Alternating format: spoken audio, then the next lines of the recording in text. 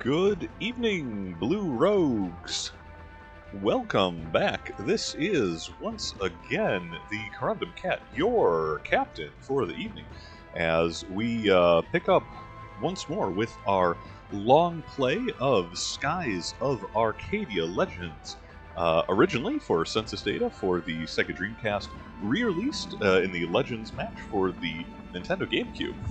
And we are live. Okay, and I've got my chat brought up on the side as people stumble in. Ahoy! Saba, welcome! Good to see ya, good to see ya. Angling for that promotion to Executive Officer. And, okay, video is not hosed this week. Awesome. Alright, where did we leave off last time? We are holding position over Sailor's Island here in mid-ocean.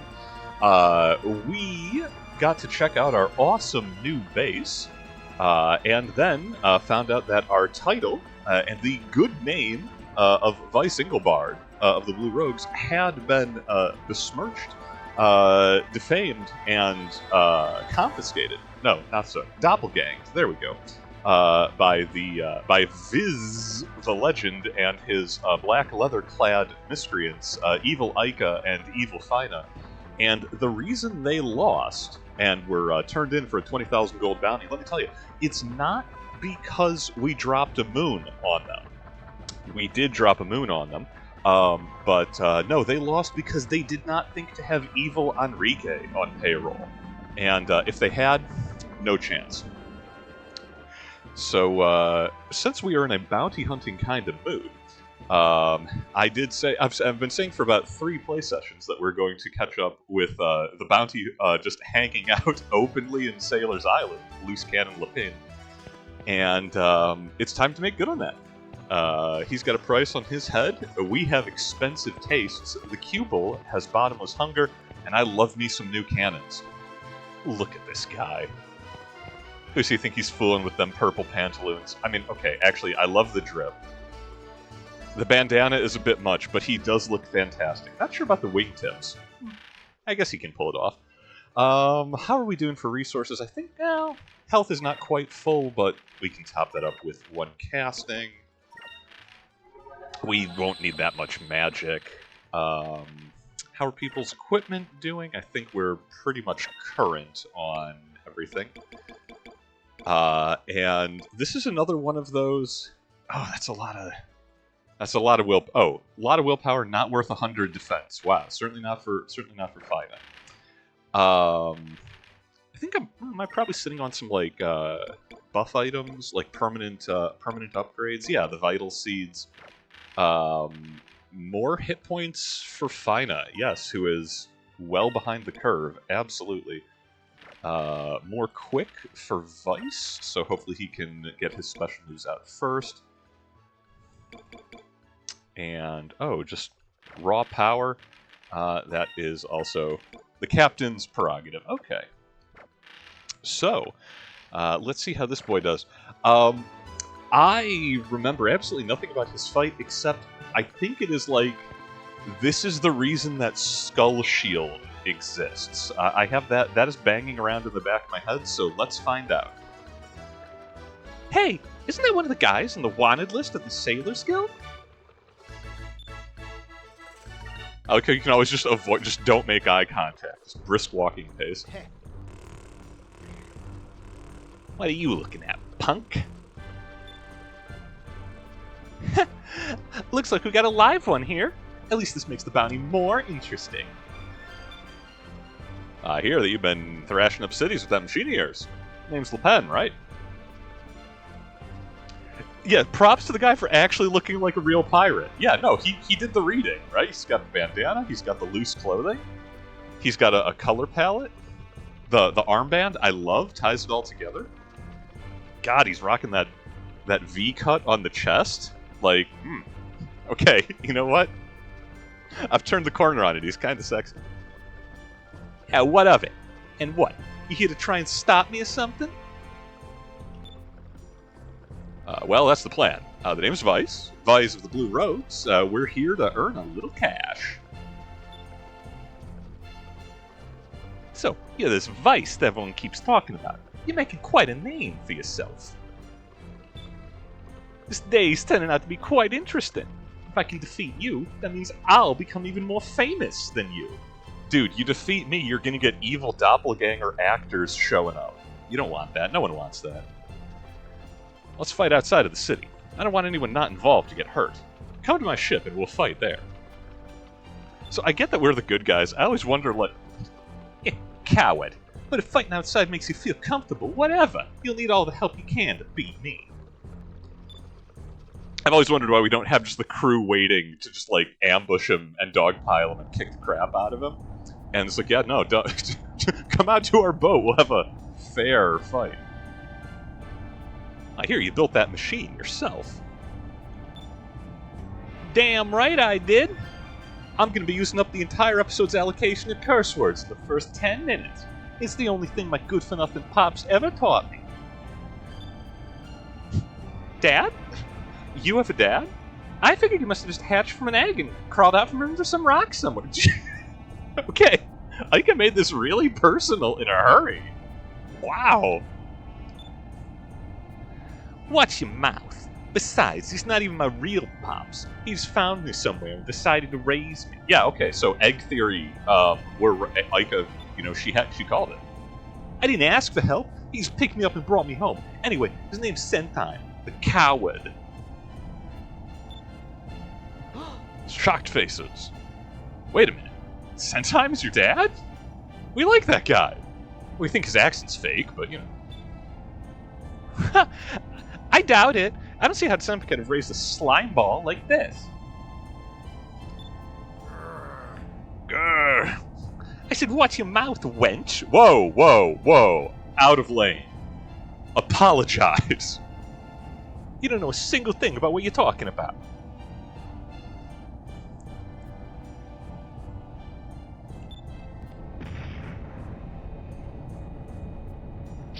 Why did we let him bring this aboard? Why does it have racing stripes and hot rod decorations?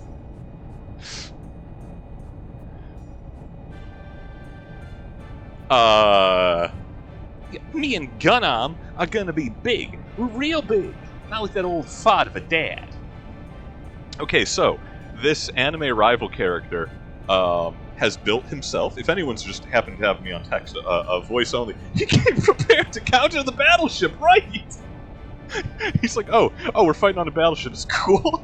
I brought an armored vehicle with a huge cannon and a big fist. And we just let him load it up in port.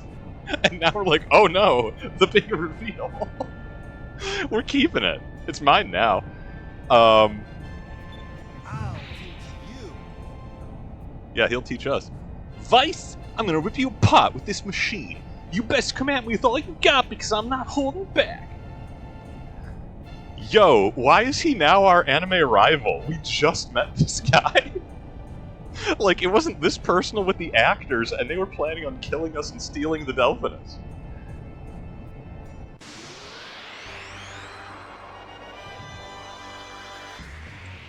Yeah, okay, so we're starting on the hazard music, no doubt. Oh, those little cones, the little Gundam bits. Yeah, no, Skull Shield. Bring it on, son. So, I just want to point this out here. If I had a nickel for every time we had to use swords and a boomerang and whatever the heck the cube... Also a sword. Okay, swords and a boomerang. To fight an awesome diesel punk tank. With our bare hands and melee weapons. I'd have 2 nickels. And, you know, it's not a lot of money, but it's still weird that it's happening twice. Okay, with Skull Shield, I don't think Enrique will need to cheese Justice Shield every round. We are going to try to focus on... Well, that'll cover the bits. I'm not sure about the big man. Let's find out. How did I forget this? Yeah, no, I kind of forgot he had a tank. I forgot he had a tank. It was just like, no, I think this is This is the fight where he has a bunch of little dudes and Skull Shield. Yeah, like that. Free counterattack. We're doing it every round.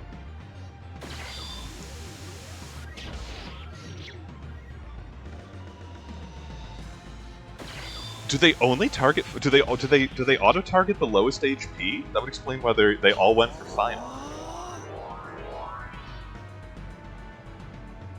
Let's try this. But yeah, we're gonna get our buffs up. I think the main tank only does like it looks for a target, like the big robot enemies, and then he does like a huge heavy hitting attack, probably just running you over with the tank. I assume the cannon. Oh yeah, Moonstone Blast. There we go. That sounds great.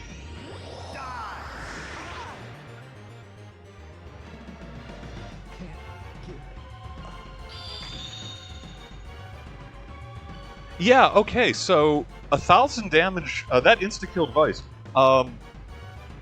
Shame. 1,000 damage is, 1,300 damage is not enough to put him down, which means that has an instant death effect. And that's a problem. For a variety of reasons, it also means that we can't use Skull Shield this round. Okay, everybody guard.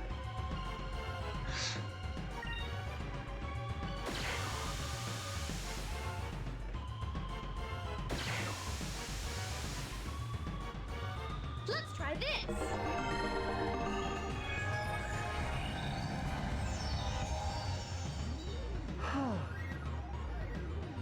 Yeah, okay, that just has to be an instant KO effect because Vice has like 3,400 health. Oh, don't you dare!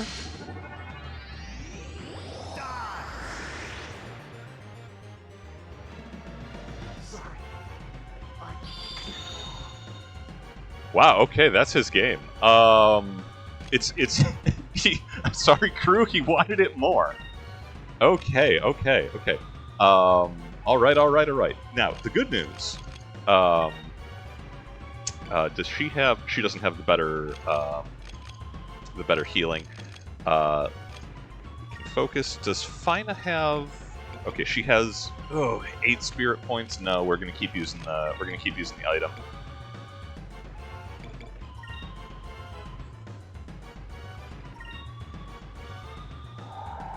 If we get Skies 2, this guy should be the protagonist. I'm at least okay. If we get Skies 2, I want to keep the one true threesome, right? Like I want Vice, Ica, and Fina again. That said, we can get this guy on payroll.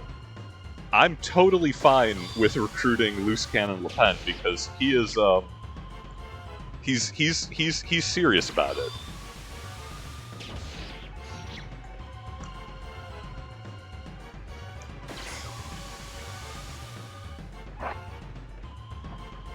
Let's try this.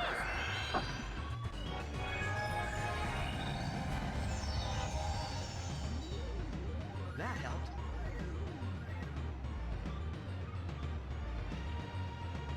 Sidewinder? Take this.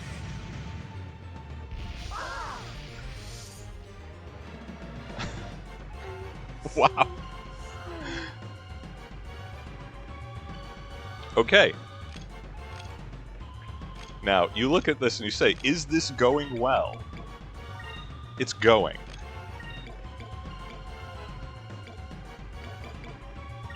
Alright, we used up the Rissalem box, we still have Rissalem crystals.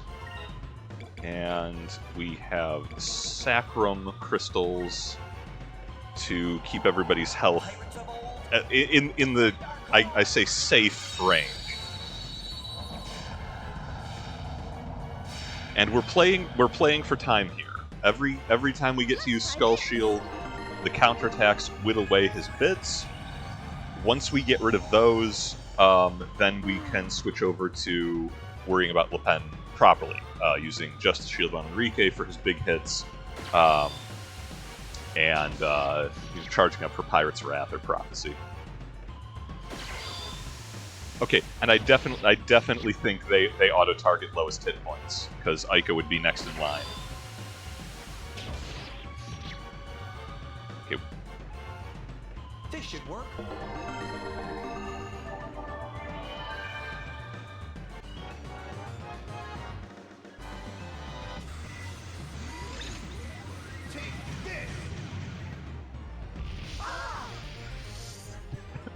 My dude! You're out of line.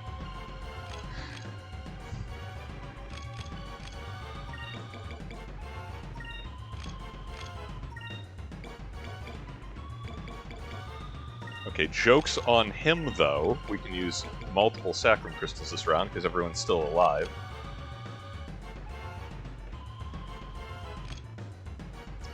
Vice lost his buffs because he got flattened.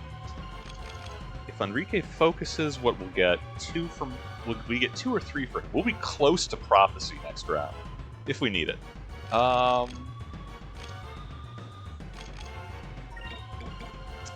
Glyphs are cheap.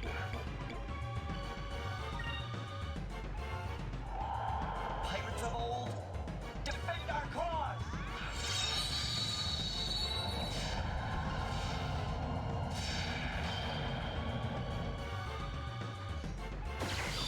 The man brought torpedoes to a sword fight, and like, I'd like to be angry, but I really can't be.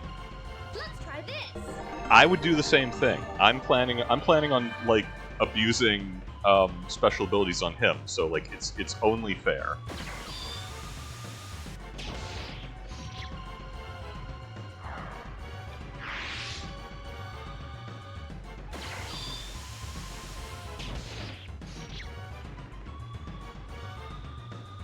This should work.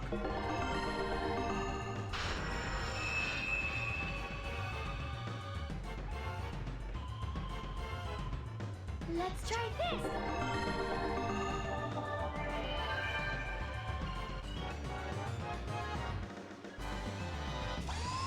Okay, I'm not happy with the instant death laser. Boom! Resisted it. Oh! Oh, now you messed up. Do I want to drop a moon on him? No, I think it won't be enough to wipe him out. Although it would get rid of the bit. It would be funny.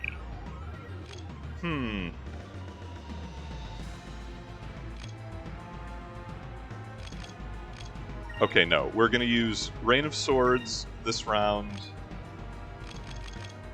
We will focus. We will heal Vice fully with some Sacralin, and we will have Enrique start using Justice Shield as well, because we can afford it.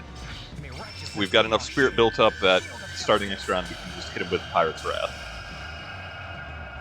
He would drop a moon on me, but I mean, I used Prophecy in the last fight. Okay, I tell you what, if we get our health fully up again, excuse me, if we get our spirit fully up again in the course of the fight, I will drop a moon. Or you know what? I'll use Blue Rogues. I didn't get to show off the Blue Rogues attack yet. It's just that like having Enrique use Justice Shield is super important to survive Sidewinder. Let's try this. He is a Gurren Lagann protagonist. You are not wrong. Protagonist. Man, my words don't work.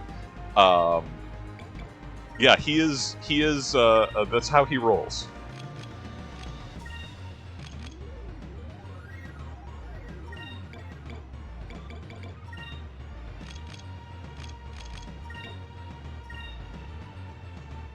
May righteousness be our shield. Shield of justice.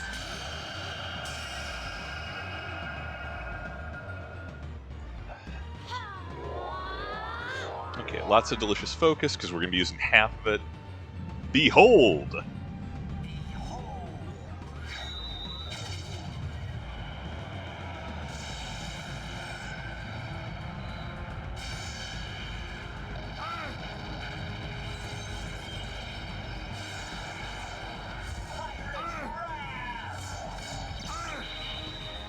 How's your health bar?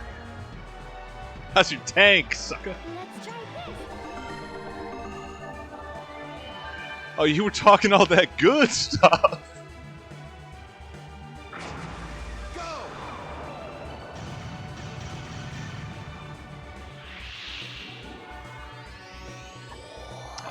He can restore those after they're lost. Well, that's really clever for him. I hope it works out great. You know, I don't agree with the choice he's making, but I don't fault him for making it. May righteousness be our shield. Shield of justice. Fortunately, Enrique is a huge nerd.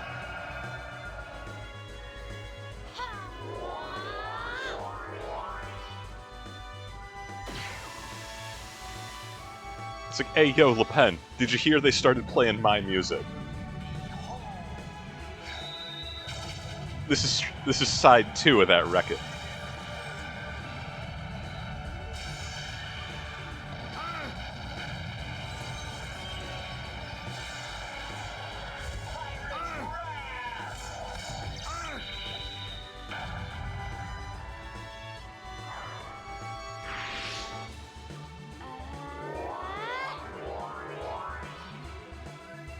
You show up on my boat, you bring a tank onto my boat? No, sir. That ain't how we roll.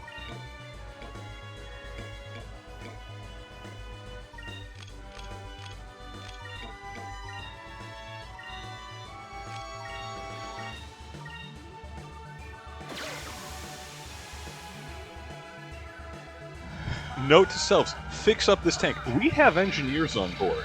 We have a couple of crazy old men that we dropped 100 bow to build our base. Just show up with the gun arm and be like, hey, yo, Fine has taken some hits, and we think, why doesn't she drive a tank into combat?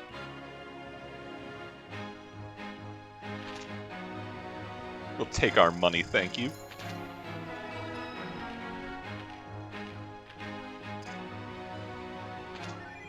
Berserker mail! You know it's the business because they spelled it with a Z. Our love for this mail is like a truck. Yeah, you still want to be a supervillain?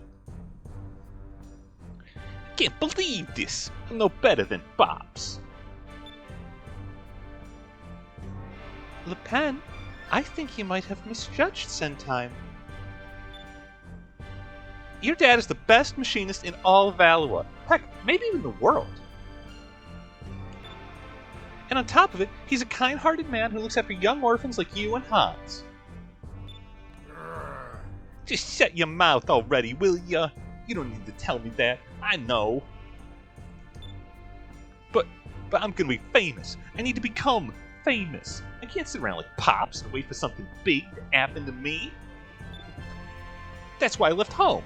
I left to become a legend. Dude, take up piracy. It's not hard. Get a boat. Well, you worry too much. Heck, even I'm still nobody in the grand scheme of things. Some things just take time. You'll get your own evil doppelgangers with black leather-clad women someday. I'm not sure what the evil version of his tank will be, but I kind of want... Like, it's Truckosaurus. It's the Truckosaurus. I answered my own question. I guess I can't blame you, though. I left home to find my own adventures too. Except I circumnavigated the globe, and you've been terrorizing unarmed people with a tank. So I guess you and I aren't so different. Now that I have your tank, after all.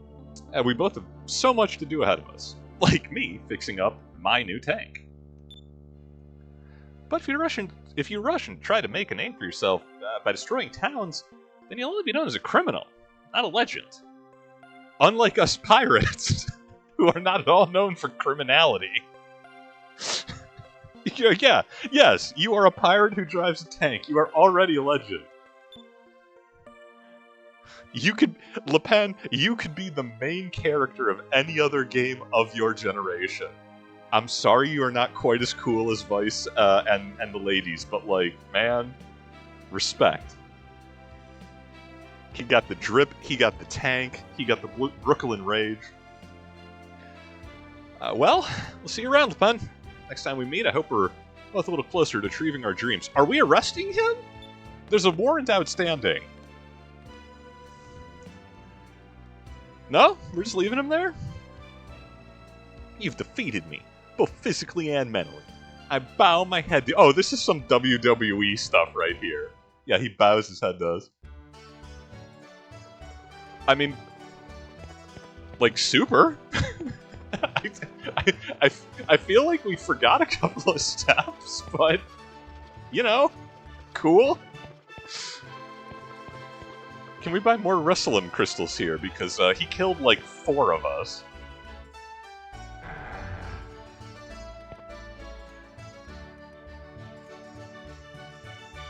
Hey there, handsome. I've heard about you. Everyone seems to be talking about you, Vice the Daring. I'm glad I could actually get to meet you.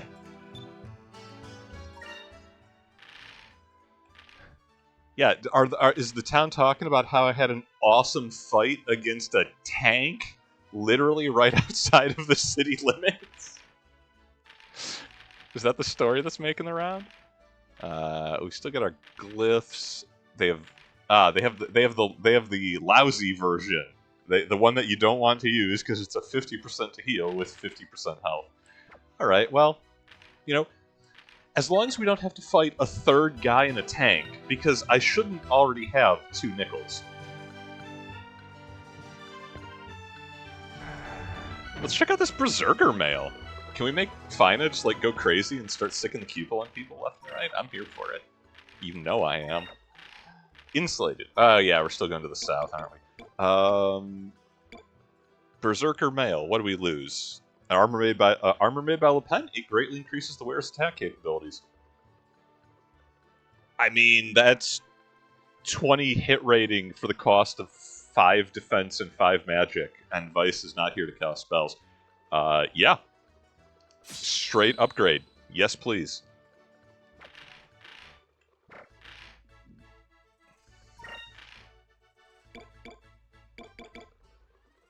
And that opens up his insulated mail for Aika, for a straight upgrade on there as well. Awesome.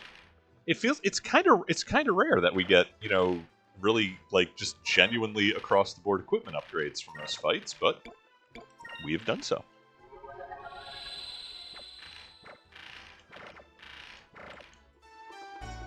And I think the guild is right here by the door, because that's the pub. Because hey, I think we have a bounty to turn in. Vice the Daring. Of course, I've heard of you. Everyone's been talking about your exploits. Yes, we defeated one of the bounties. 5,000 gold for loose cannon with home. I'm pretty sure discoveries are up to date. Maybe. Yeah, we took. Oh yeah, we took care of that when we were in Maramba. No, when we were in Nazareth dealing with the evil alternates. Vice the Legend is dealt with. The Ixnus demons. We haven't seen them. I feel like they just patrol the skies around Horteca, but I haven't seen their ship. Or, admittedly, I've only stopped over there once. Diakoya the Wealthy is a Yafatoman air pirate. Just going on with the name. And Question Marks is I do recall that one. That's the last of the Zilvan Bane clan. I don't know what makes him show up on the list. I think he's just like, did you find all the others in all the dungeons? Well, heck, that was easy. We got paid.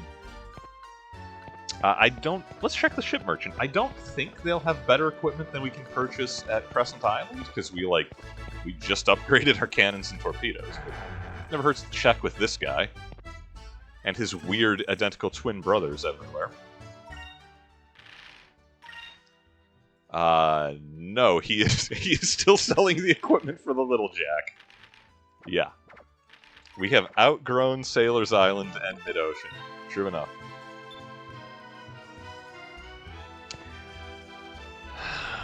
Okay, well,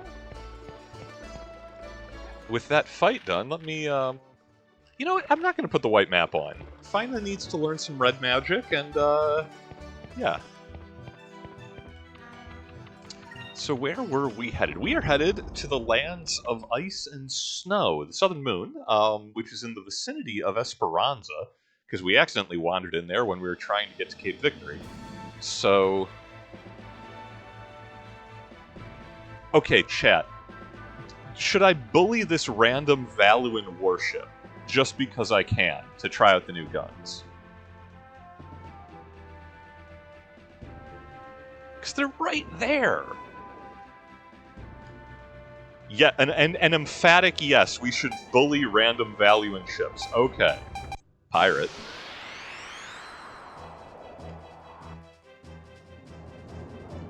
Oh, oh, it's a Coast Guard boat! It's just a spell ship, buddy. I'm gonna feel bad about this. So we are gonna we're gonna use Kerala. Wait, is she? Kerala's the builder. Urala is her sister. Am I remembering that correctly? I think I'm remembering that correctly. Urala is the one who maxes out our spirit points, and we need 15 spirit to activate her. We'll do it next round. Let's try out these coil guns.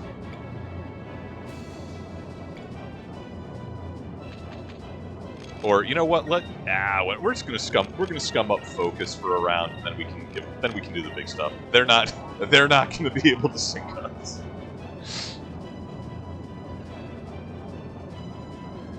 Oh, well, I feel bad about this. Their cannon does 0 damage. Like, it's like a little toy boat from a bathtub. They are not even scratching the paint.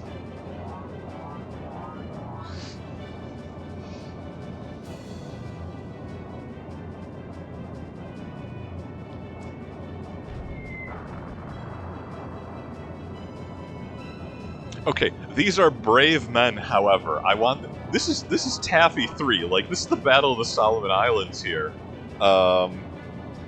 Pretty sure your deck guns. Yes, I think our main guns are about the same displacement as their entire ship. Yeah, it's that bad.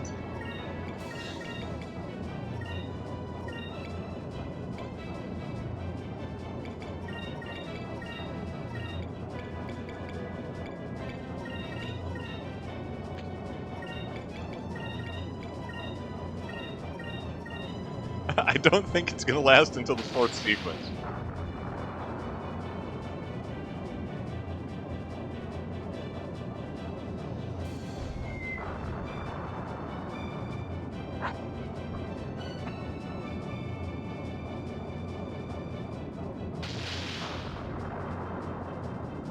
Sure isn't.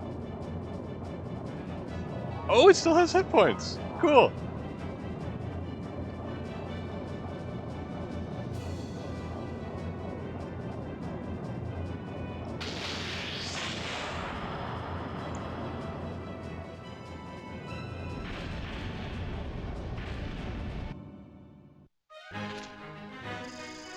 Yeah, 101 XP, that's about right.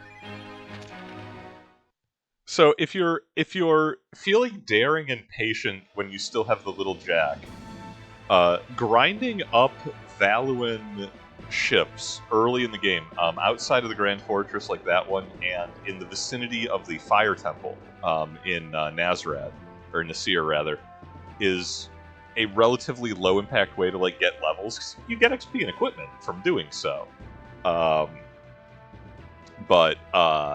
Yeah, it's safe to say the Delphinus fully outclasses those poor souls. Officially bad people for picking that fight, but you know, we had to try. Okay, so Esperanza is here. The Land of Ice, I think, is south of South Ocean. And since we can ignore Stone Reefs, I'm pretty sure... actually, we can ignore Sky Reefs and Stone Reefs. I'm pretty sure we could just go literally straight south. I do want to hit up Esperanza. I don't recall if the one drunk in the bar, Don, is recruitable. Because there's a line about, oh, if you ever make it big and get your own ship, or if you ever sail around the world, come back. And we've done so. So I think we might be able to recruit him now. I'm going to find out. And if not, like, you know, it's whatever. It's not difficult. We'll just go southwest at that point. So yeah, southeast.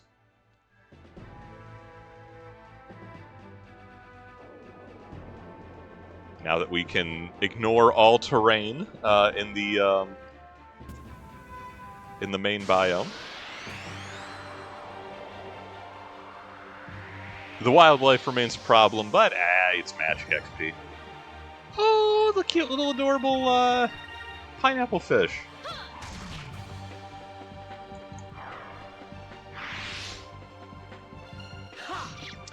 You can ignore terrain, never the encounter it. I mean, I have the white map. I don't have it equipped at the moment. That'll, you know, have it and put it in the point of merely being excessive and not egregious.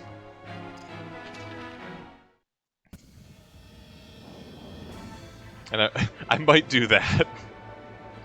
We'll see how long my patience lasts. But since we're doing some open field sailing here, I do have some submissions to the mailbag, which I will break out, as is my wont. Maybe my favorite question, which I have received for the Corundum Classroom here, is rum? ?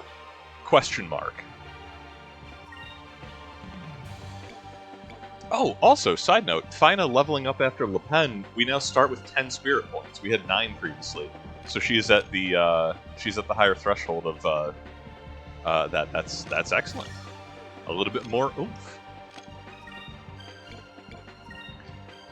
But the answer to rum ? Is yes. Yes. And you beat me to the joke because I got distracted by the looper in front. So rum ? Yes. Rum is indelibly associated with the British Navy, the American Navy, sailors in general, and piracy in particular. Why rum? As a bit more expansive answer to that question than merely yes, because rum is made out of sugarcane, and sugarcane is grown in plantations in the Caribbean. So why rum, and why it was such a common sailor's drink? It was cheap, and it was made locally to the area that we most associate with the golden age of sailing. No, sail right past Cape Victory. Turn around north. And yeah, it's easy to make rum. It's cheap. Storage space for provisions is always at a premium on a sailing ship. You need to bring everything with you. And anything that you can get afield is automatically better. And in the case of your alcohol ration, hey, the sailors will happily drink whatever their daily allotment is on the way over, and then being able to replace it with rum when you get to the Caribbean. It's cheap, it's effective, it's good for morale. The libation enjoying crowd who might be watching, and myself, it's no longer a dry week. That was last week. Naval strength rum in particular is like, 96 proof? So rum aboard ship is going to be traditionally served as grog. Grog is any spirit that is cut with water. There's whiskey grog, brandy grog, rum grog, but generally if someone refers to grog without a modifier, they're referring to rum. Hey, yo, Don, you drinking? Oh, Ice, it's you. You actually made it through the Dark Rift. I don't remember what voice I had a month ago. Yep, I saw everything that was beyond it, too. You really know how to rub it in, don't you? You know how much I wanted to see what was on the other side? Well, Don, it's still not too late. Why don't you come with us? We can sail together. Hey, well, there isn't much I can do other than sail, and I sure haven't done that in a while either. But if it's a sailor you want, it's a sailor you'll get. Let's go, Captain.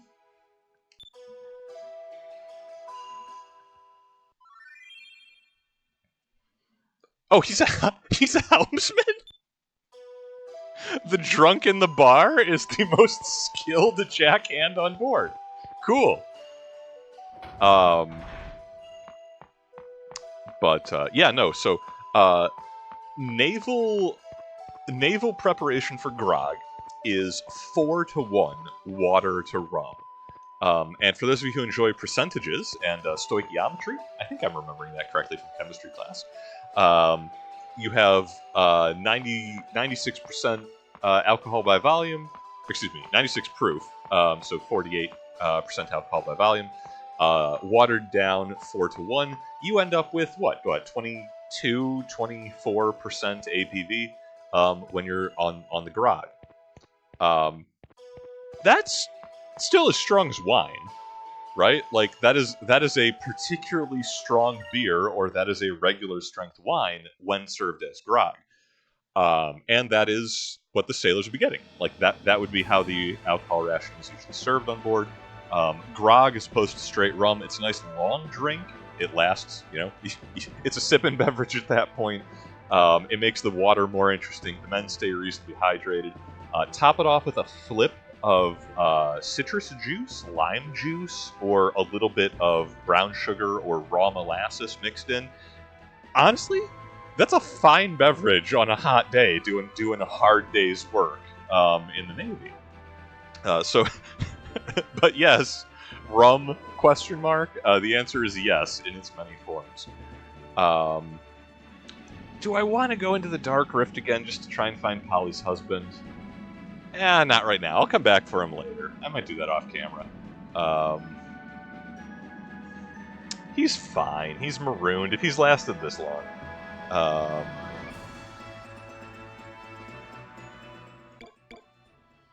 And actually, what does Don do for us as a helmsman? He might be worthy of putting into active crew.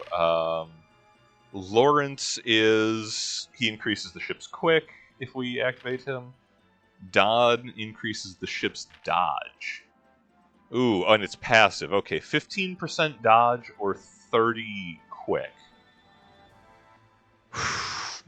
Given how ship combat shakes out, 15% dodge is worth way more. Quick is great for the ground combat, but with only 1 or 2 activations where you're worried about shielding and ship. Oh yeah, no, he is a straight upgrade. Lawrence, you're on notice.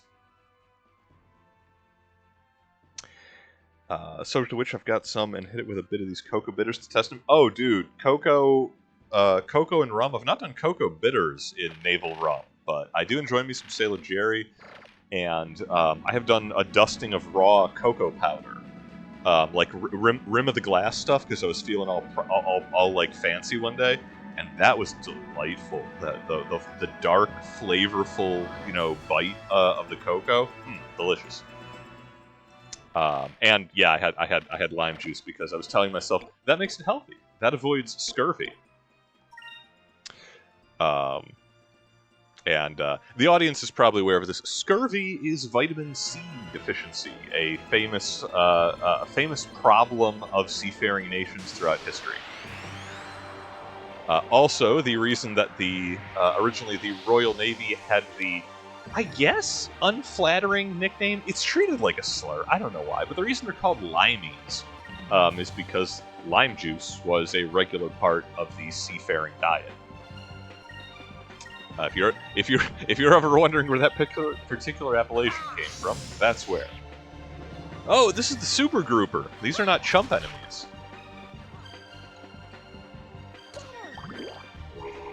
The Drogurp.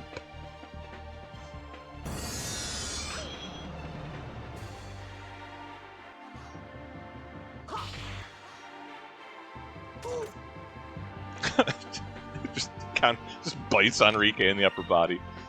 Anyway, nasty weather we're having today. Rain of swords.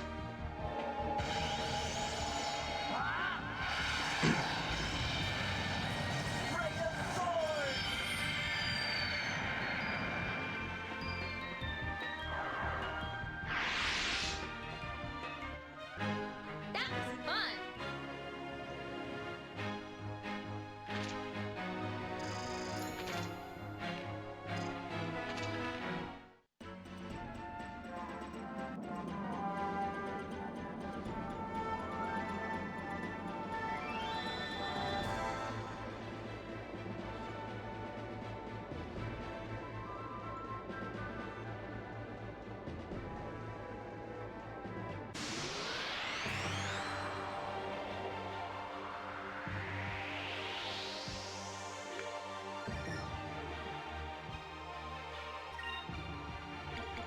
Birds, birds, birds. Let's check and see how Lambda Burst is aging. Fire consume my enemies! Lambda burst!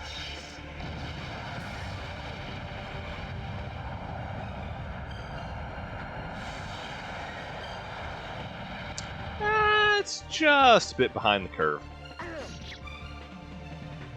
But I think Pyre is 2 points. That would do it.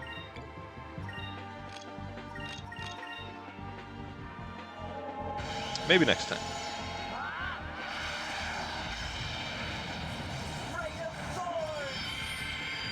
But while I am crossing low-hanging fruit off of my mailbag, I chat. I hate to say this, but I have stumbled into an internet time portal, a dilation, a relocation, a transmutation, back to the early 2000s, I think, because one of the questions which has been languishing, because I have not had the heart to answer it, is this the Dark Rift? This is the Dark Rift. I can't sail through that. A junior officer with a map, and God help us, I am that junior officer. Yeah, it's like, okay, yep. Due west. This will probably work. But perhaps unavoidably, when I asked for questions involving piracy, the age of sail, nautical history in general, you know it, I know it, someone has asked for me to weigh in on that most pressing of Turn of the Millennia questions. Who would win in a fight, a pirate or a ninja? I'm not naming names with any of these because I respect y'all too much for that. And the answer might surprise you. Okay, no, you know what? No, I'm salty about this. I get salty pretty easily. I'm salty about this particular. These are two groups of people that are not built to be that are not meant to be fighting people. Right? Ninja are couriers, spies, assassins, and saboteurs. They don't engage in fights. It was not Saba. I know. I appreciate that. But if a ninja is in a fight, it means they are incredibly bad at their job of being a spy. And believe it or not, pirates don't want to be in fights. The whole point of piracy is that you want to do as little violence as possible. Not because you abhor violence, and indeed, many pirate captains are famously brutal to, like, unarmed men. But that's the gimmick, right? Like, pirates are not... they're not looking for a fight. They're thieves. They're looking for soft targets to steal from with as little expenditure of manpower and munitions as possible. In almost every case in recorded nautical history, when you have pirates fighting, like, any of the navies of the actual world of the colonial powers, they lose. Badly and dramatically. So, because I find the question itself to be flawed of who wins in a fight, a pirate versus ninja, I have decided instead to take a much more interesting look at that. I mentioned a few episodes ago, well, okay, probably 10 episodes ago by now, that piracy is not a uniquely European phenomenon. Piracy is developed by every nation that engages in nautical trade in any amount. And, like, including rivers and inland seas. You know, ancient Egypt in the Old Kingdom had pirates. They up and down the Nile. No, I'm not joking. So, here's the thing. We're talking about ninja. We're talking about the the unspoken semi-warrior caste of Japan. Hey, guess what? Japan is an island nation. All of their trade is nautical. There are Japanese pirates. Pirate versus ninja is the wrong question. It's entirely the wrong way to phrase that bit of pop culture. Let's talk about ninja pirates. Actually, we will talk about that to great length in just a moment. I'm a man of my word, And at the end of last session, I did promise you more Samuel Taylor Coleridge, as we are now staring at giant glaciers floating in the sky. So, without further ado, with sloping mast and dipping prow, as we pursued with yell and blow, still threads the shadow of his foe, and forward bends his head. The ship drove fast, loud roared the blast, and southward, aye, we fled. And now there came both mist and snow, and it grew wondrous and cold, and ice mast high came floating by, as green as emerald. Okay, admittedly not green in this case, but, graphics limitations of the era. And through the drifts, the snowy cliffs did send a dismal sheen. No shapes of men nor beast we ken, the ice was all between. Welcome to the southern continent. Welcome to Glacis, the lands of ice. That was perfect timing. Oh man, I'm so glad I didn't get that discovery earlier. A frozen continent sleeping quietly under the light of the purple moon. Ancient legends and myths speak of it as a land of the dead, but its true nature remained unknown until its discovery by Vice, the Blue Rogue. Almighty Tim, welcome. Did we win yet? We did knock off the next bounty fight. Loose Cannon Le Pen. He brought a tank. He just had a tank to fight us with. But we still won though, because we're baller at what we do.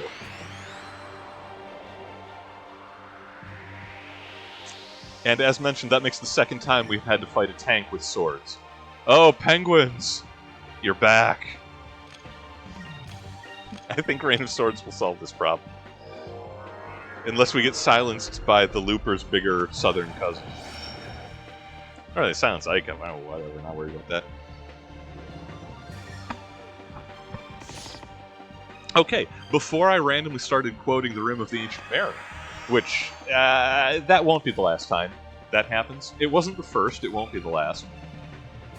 But, what was I saying? Pirate vs. Ninja is the wrong question. Ninja pirates. So, I can't confirm from historical record specifically individual ninja that were also pirates, but there is a 7-century-long tradition of coastal and shore piracy out of the southern Japanese isles, what is like modern-day Okinawa and that. The woku, I'm sure I'm mispronouncing that. Also, side note, woku is a loan word. It is a Chinese slur for... It literally means woe is like a slur for the Japanese that China used, and ko means bandits. So it's literally woku is Japanese bandits, but that was the formal appellation for their pirate tradition. I don't know if that's a slur. If that's still a slur, if so, I apologize. The records that I could find used the term in a seemingly scholarly fashion. So I will, just note, right? I'm not trying to be mean if that is a mean thing. Yeah. Oh, look at that Dreamcaster thing up there. That's a boss fight just flying around. Crew, are we going to let a boss fight just fly around willy-nilly? I don't think so. Not in my sky. It's weird the penguins have a woodpecking attack, but they mostly attack ships, right? Yeah, no, that's... We have provided an environmental pressure, and they are overcoming it. We made our ship out of metal, which seems terribly unfair. Also, what is this Art Deco stalactite flying around bopping fire? I mean, the murder penguins we understand. Like, that's low-hanging fruit.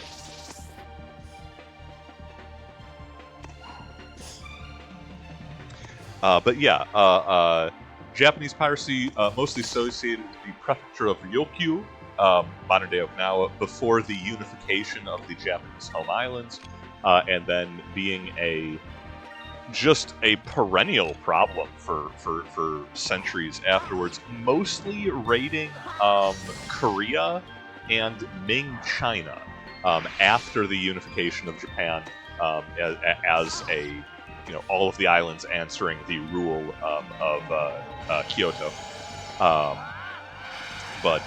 Yeah, now, again, can I name you a specific ninja that happened to be one of the Wakyo, one of the Japanese pirates?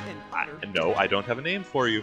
But are you going to tell me that in like 5 centuries of pirate tradition in Japan, consecutive to the time when we have like ninja and ronin going around, are you going to tell me that none of them ever took to sea? I refuse to believe that. Just saying.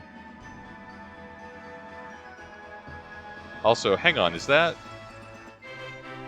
What's this? Oh, we found the Aurora. Well, that's good to find. Aurora Borealis, at this time of day, at this time of the year, in this part of Arcadia. A spectacle of light that has graced the skies above the lands of ice since ancient times. Auroras are thought to be caused by the gravity of the moons, and once every few thousand years, a convergence of the moons creates auroras worldwide. What kind of celestial event is an alignment of all of the moons above Arcadia? This is some 3-body problem stuff. Technically, it's a 6-body problem. Yeah. Oh, okay. Yeah, that's the ruins of ice. I don't like the way that Dreamcatcher is looking at me. Okay, you know, is it a harmless, beautiful, noble creature just going about its majestic business, free floating in the sky? Yeah, but it owes me money, honey. We're gonna pick a fight.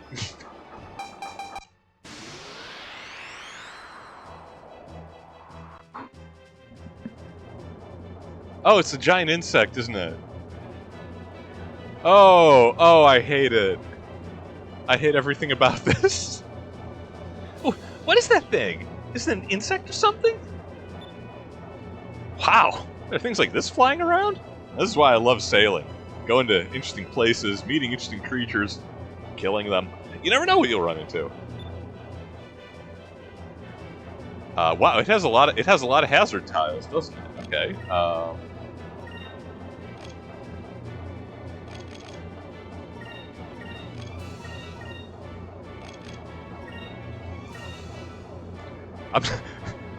I'm not sure I've ever fought this thing before.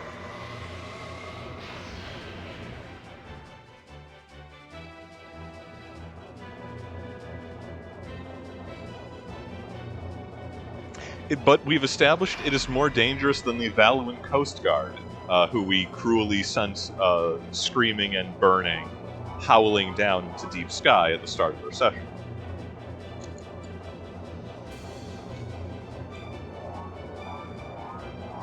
It is a living nightmare. Like, it looked all kind of pretty and majestic on the overworld. I am deeply unhappy. It's the side... It's the 2, like, tentacle bits hanging off of the side of the Dreamcatcher part. Like, if those weren't there, I wouldn't have such a problem with it. But with those, it is a nightmare. Lovecraft would cry himself to sleep.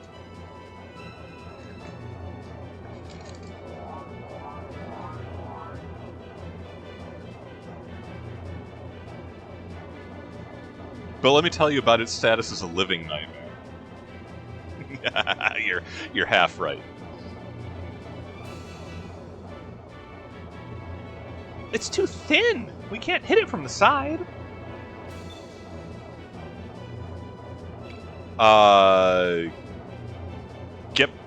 Okay, it seems to shoot from its front, so let's get behind it, right? Like, this seems Nautical Theory 101. Everybody's weak to the stern. Okay, we got behind it. This should give us an advantage. Behind? Are you sure it has a front and a back? They both look the same to me. Just leave me alone. I know what I'm doing. If I say it's the back, it's the back. Okay? Just shoot it. Just fire it. Apparently it is the back, as it doesn't get to attack us in the same sequence. Moonstone Cannon Fire.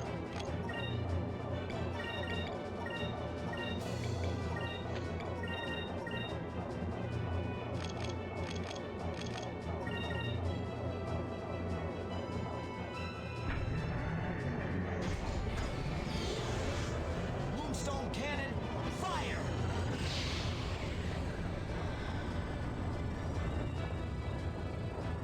Oh, it wriggles and jiggles and it's screaming when we shoot it. Oh, I didn't need that.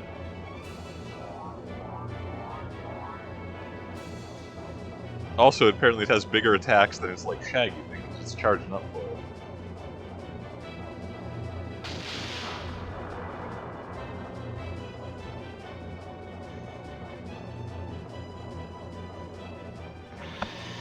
Oh, no, just that same...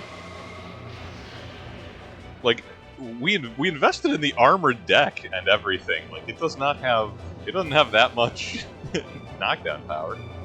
I'd feel bad about it, majestic creature that it is, but it is a living nightmare, and I'm not cool with it.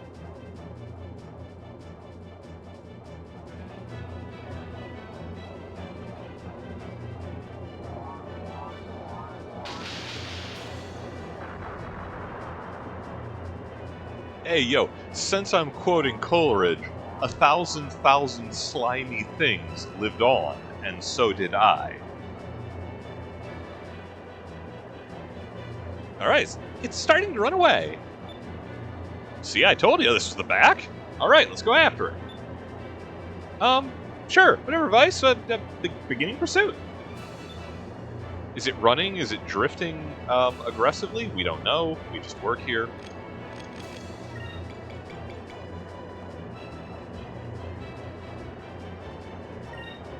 This is... How much health is it? I mean, it's a little low. It's a little below half. This is expensive, but we're actually gonna use a crew ability for the first time in a while. Because you know, we're paying them, and there ain't gonna be no lollygaggers on this boat. No, sir.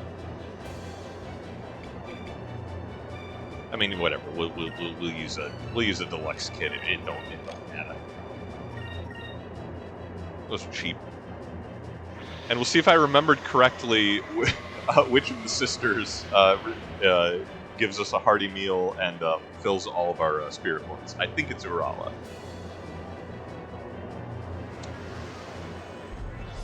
Okay, not all, but massive boost to spirit points. Excellent.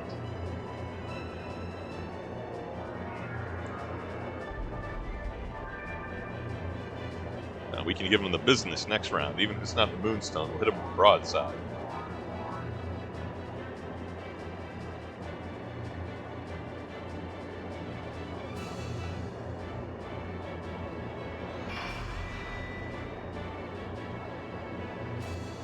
Also, yeah, you know, the doomed captain of that vessel, post-Albatross, post-escape, you know, an encounter with the nightmare, life and death, all that.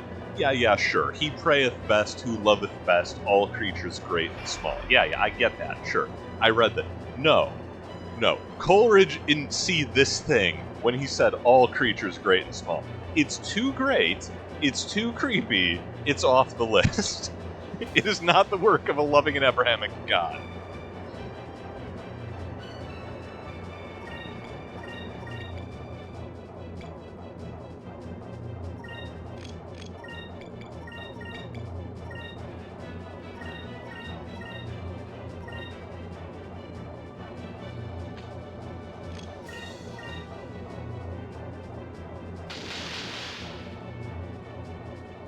Oh, are we on its narrow side? We're gonna miss a bunch. Well, we'll find out. Rune Soldier Dan, Nyag, yes, thank you. The appropriate reaction to joining this fight in progress. Spiral.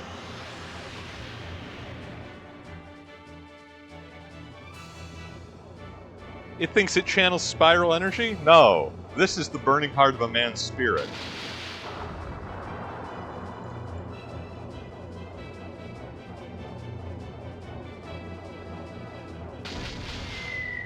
Ugh. All right, we got the narrow side for our awesome broadside attempt. Oh well. We'll use the bug zapper again. That's fine. I'm not too proud.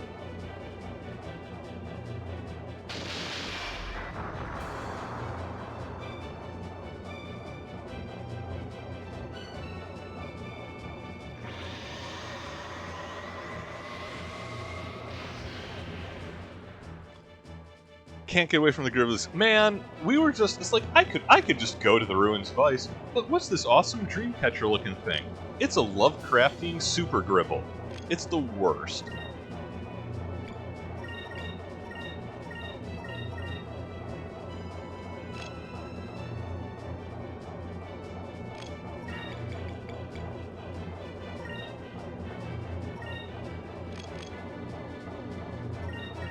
Whatever. If it survives the cannons and the sub-cannons, we'll try to get behind it again. We'll hit it with the Moonstone. It'll get bug zapped.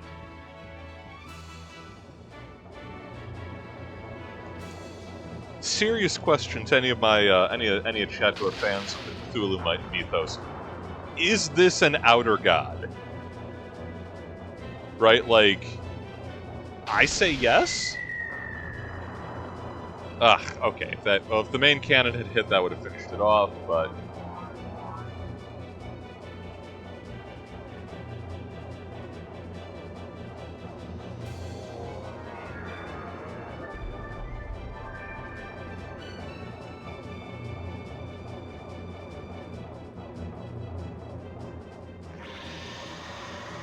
I don't know why his attack is called Shaggy. I have to say, I think that might be the most disconcerting thing to be on this end of the controller, right? Like...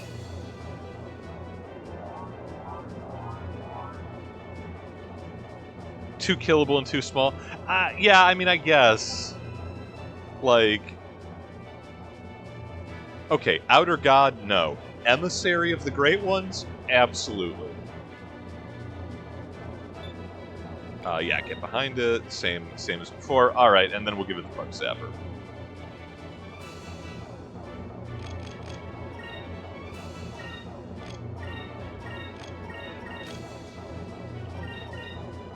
Right?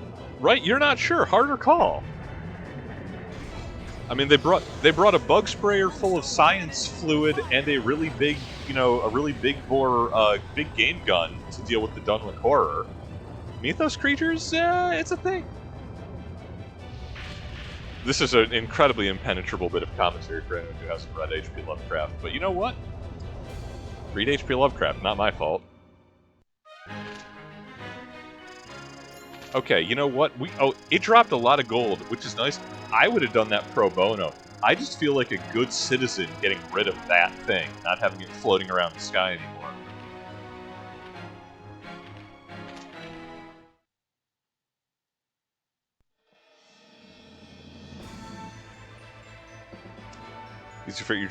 We're driving a big expletive battleship, and we could ram Cthulhu.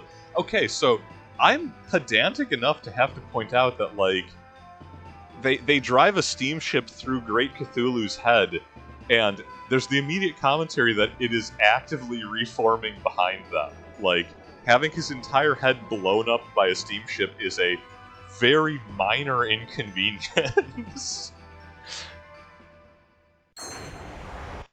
He wasn't taken out so much as he was put on the bench very briefly. Okay, so the theory that we would simply drive the bow of the Delphinus into a glacier to reach the Glacis, that worked. No frills, no fanfare. There's a champ around here?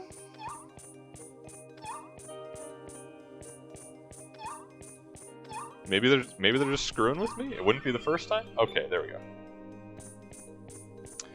go. This is a dungeon I remember literally nothing about. I think I know how it ends. I think I forgot that there's actually a dungeon here, so this is gonna be an experience for all of us. What the heck is this? I don't know. A Guardian Stone. Visitor to Glacia. Answer my query and open your own path. Oh, it's a trivia dungeon.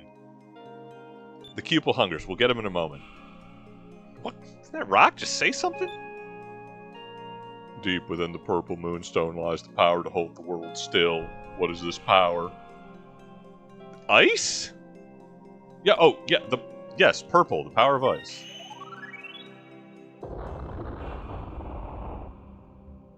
Cool. Is that all it took? We're gonna feed the Cupel before I forget about it. Now, it just evolved into the Cupel sword, so it's gonna be a while before we get another evolution. Still, its hunger may be temporarily assuaged. It eyes the party warily, with terrible thirst. Oh, this is nice. This is a cool effect.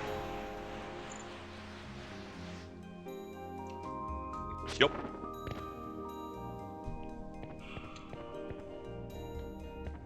This...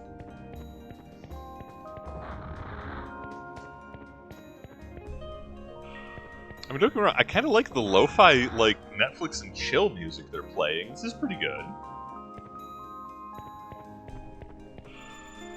Visitor Glacia, answer my query and open your own path. The purple crest hides a certain number. What is that number? What? Was I supposed to be paying attention?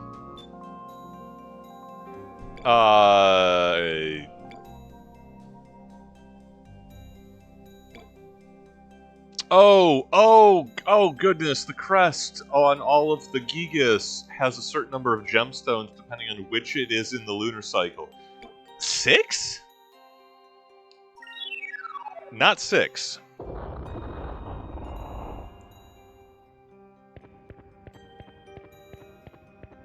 Maybe 4?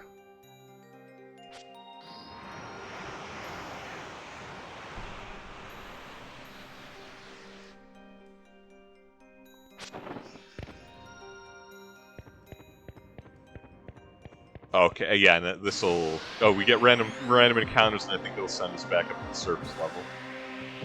Is it penguins? What? A frost worm? Okay, you know what? The thing in the ice! Yes! Yes! Final Fantasy VI! It's Tritok! It's the Esper. I'm no longer upset that we screwed up the trivia, because, again, I have no recollection of this dungeon at all. And I'm loving this. What is the thing in the ice? We're gonna find out. It is a big bug.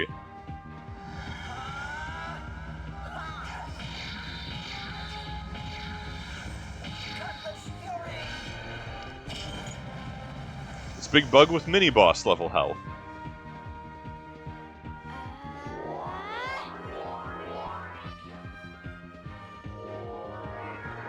Panica. Oh no, Enrique!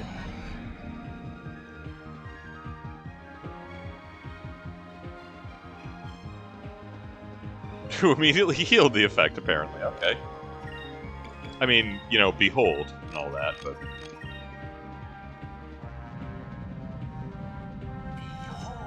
It's a bad time to be a random encounter when we have enough spirit to get Pirate's Wrath on the second round of the fight.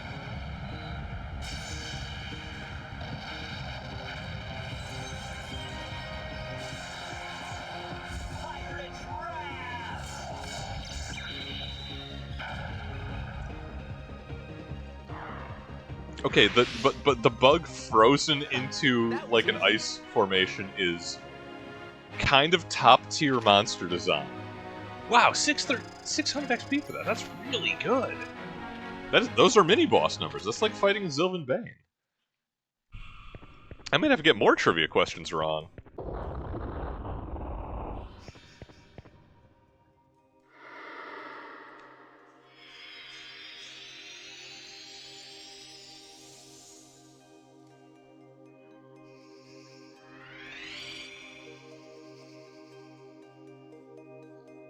No commentary about a literal teleporter putting us back up to the floor. Not an elevator, a teleporter.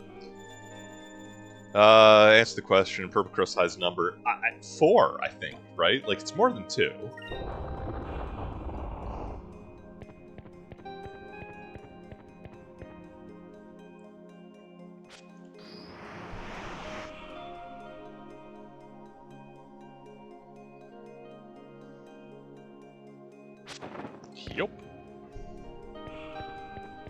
Oh, wait, no. Was that wrong as well? That was wrong as well. Okay, 2. The answer was 2, and now we know.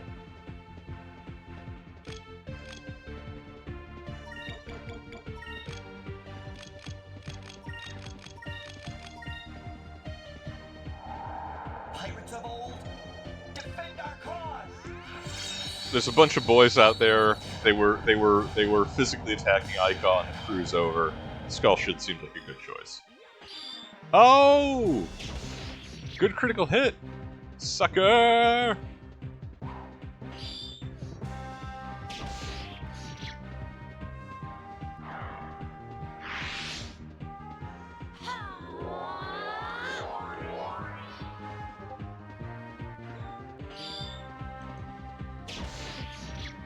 Man, that skill does gangbusters.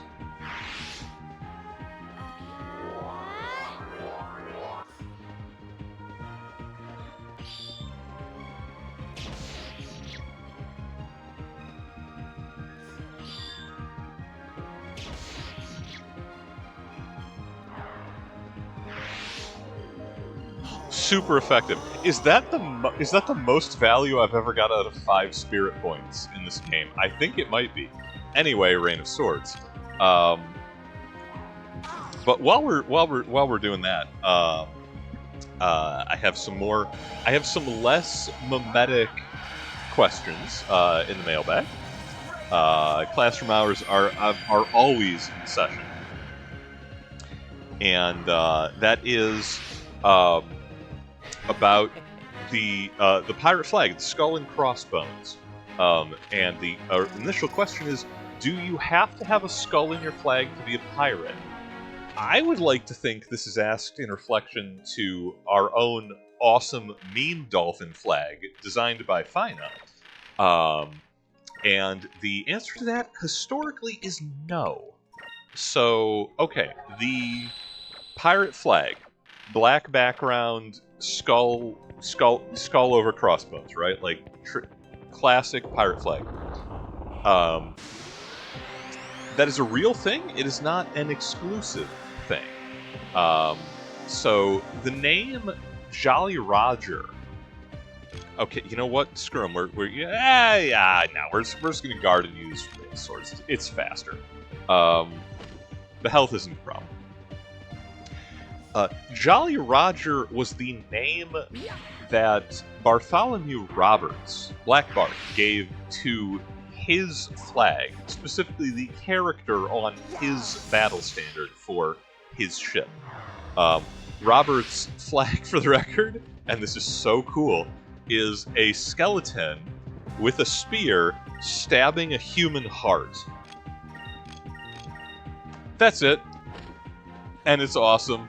It's exactly as cool as it sounds. There's an awesome skeleton inside all of us waiting to get out, and Black Bart Roberts knew this back in the 1690s. And they called that Roger. Roger was the skeleton in question, and he was happy to be stabbing people in the heart. He was Jolly Roger. It is incredibly metal. But that is where the term Jolly Roger comes from. The press of the time, including the General History of Pirates, a novel which we have discussed previously in our classroom hours, focused on, they just took the name that, oh, the pirate flag is the Jolly Roger. Well, no, Bart Roberts' flag was Jolly Roger, but the name stuck as a generality. Like, you know, Band-Aids is a brand name. They're actually called adhesive medical strips or whatever, but you know what I mean. The other battle flags of the pirates of the day do use a lot of skulls. Okay, yeah, answer your question. Purple Crest. Well, it's got to be 2, then. Process of elimination up in here. Yeah, I ain't even respect your trivia. I farm boss fights off of you. But no, the what we recognize as the quintessential pirate flag, a grinning skull denuded of flesh over a pair of crossed sabers originally. Bones came later. Was the battle flag of Calico Jack Rackman. And then, because it was like other pirates saw that, it was like, oh man, that's really cool. They did a version with bones instead of swords. This is a franchise thing, right? Like, it was gang colors of the 17th century.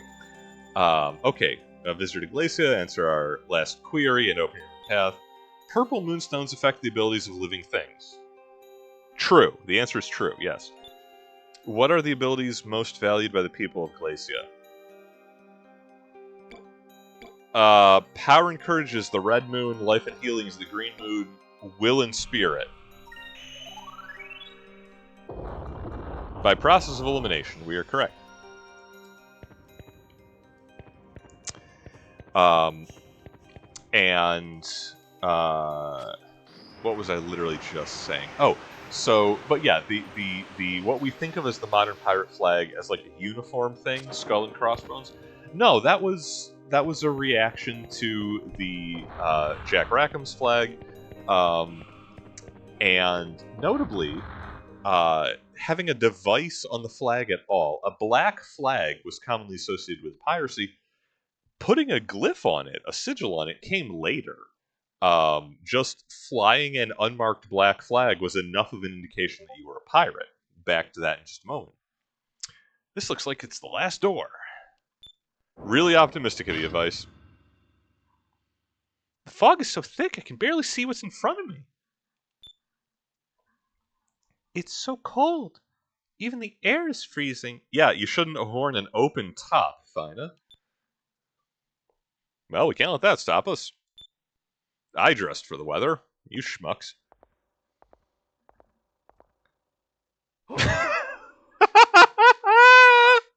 Ah! Vice walks forward, immediately falls to his doom. Incredible. Vice!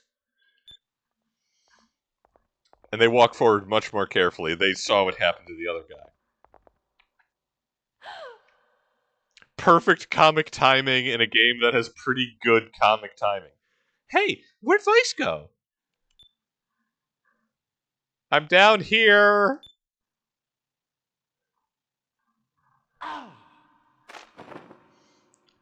Vice, what happened? He fell. The floor ended. That was close.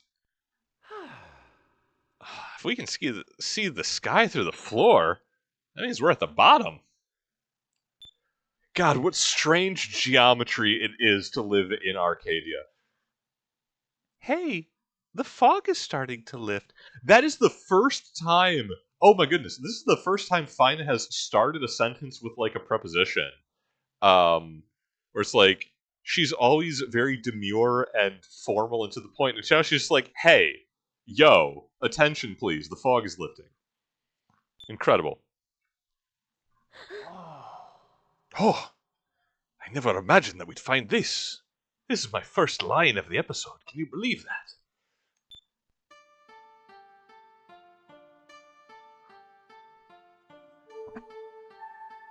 Wow. Wow. There are buildings shaped like icicles hanging from the ceiling. This is Glacia. In the old world, it was the capital of this region. The people that lived here were powerful mages. Using the powers of the purple moon, they built this city. And because the city was built below the ice, it was unharmed by the rains of destruction. So Glacia is as it was during the time of the old world. But wait, then what happened to the people that were living here? I don't know. According to the legends, the people of Glacia just disappeared. Nobody knows where they went or why they left. Maybe they left their city to invade another land. And they perished in the war and in the rains. I can't imagine an entire culture becoming extinct. It happened to everybody, Aika, but you do you, girl.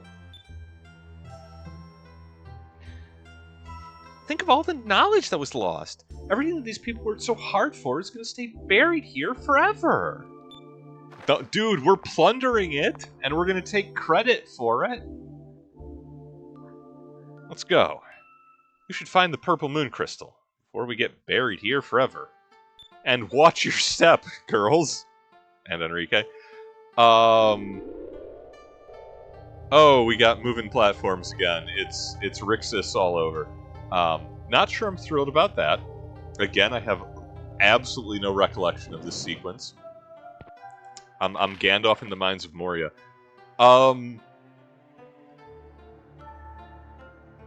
Okay, no. Hear me out in the year of the Abrahamic God 2025. This is from Elden Ring. Reverse that. Elden Ring is from this. This is the Undercity in Elden Ring. The name is escaping me at the moment. That's straight up what I'm looking at. Miyazaki, you hack!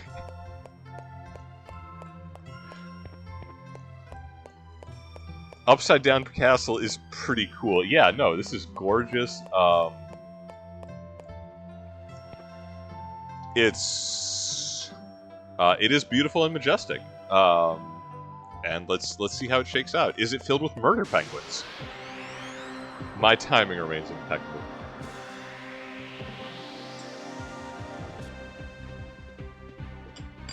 Oh! Oh! Oh, we meet again! Sloth Dolthstra! The ascended form of the Slothstra. Okay, the Carasilk, that's like a, what is that, a Selkie? That's like a little axolotl thing, a little seal with a horn on it. It's cool, it's cute and all, and I'd be squeeing over it in any other situation. But, Sloth. Mega Sloth. We have to surrender right now, crew. I can't even fight it, it's too cute. I say that. Cutlass Fury.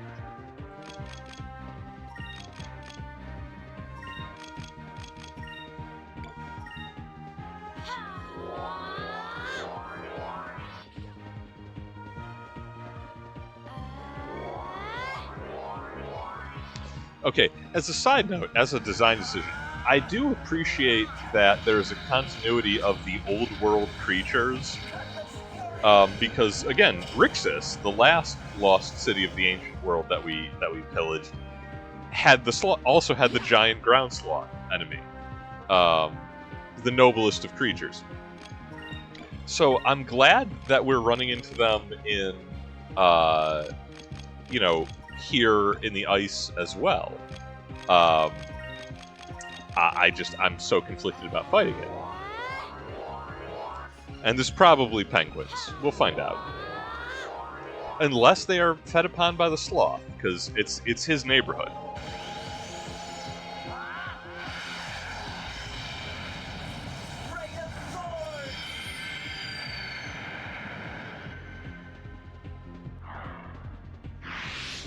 Now that does for the seal. Doesn't do nothing about the Slothstra.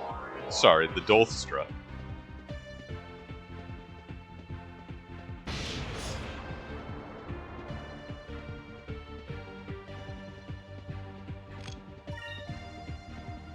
I mean, is it cruel to hit it with Pirate's Wrath? Sure, but, you know, we're on a clock here.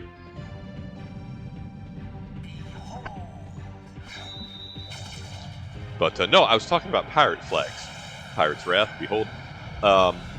So, solid black background flying as a flag, that was traditionally like, okay, this is a pirate, these people mean us harm. Adding cool glyphs with, like, skulls and skeletons stabbing people, that was just because it was cool. There is no better explanation for it. It was cool. It stood out. It was funny. It was scary. It was good for morale, and so it goes. Now, pirate flags, not actually exclusively black. Many classic Jolly Rogers, there are air quotes around that. Again, it's a reserved term that was used as a generic one. Green was also a pretty common background for the pirate flag with the whatever white device over it. Now, if you were a merchant sailor or whatnot, you're going on and someone comes at you with a black flag or a green flag with a skull on it. Yeah, they're pirates. They want to board you. They want to steal your stuff. What you didn't want to see, historically, was a red flag. Everyone makes a big deal about the Jolly Roger, the black flag of piracy. That meant they were robbing you, okay? A red flag, by the parlance of the times, meant they were killing you. Red flag means no quarter will be asked nor given. The fancy way of saying, this is a fight to the death whether or not you want it. So, pirates rolling up on you with a black flag, they're going to steal from you. They might kidnap some people with, useful skills if they want to join the pirate crew. Pirates rolling up on you with a red flag means, make your peace with the ship's chaplain because this is ending in blood.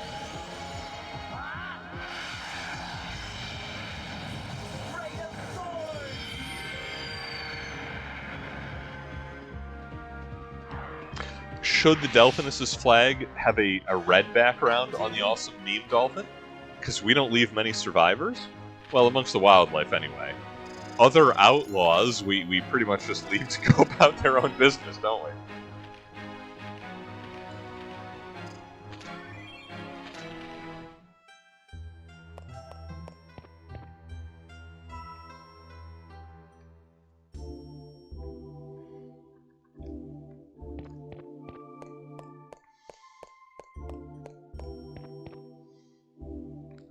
That way, this goes this way. Okay, crew, I'm gonna be a little bit cheeky. I'm gonna put on the white map. This dungeon is a lot larger than I remember it. Not the least because I don't remember there being a dungeon here at all.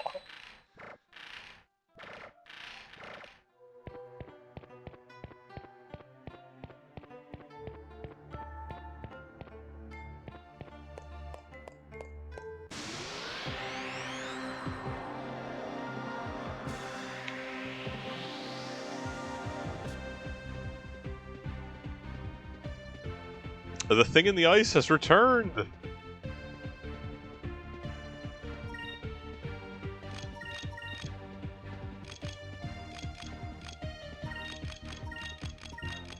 Give us that sweet focus.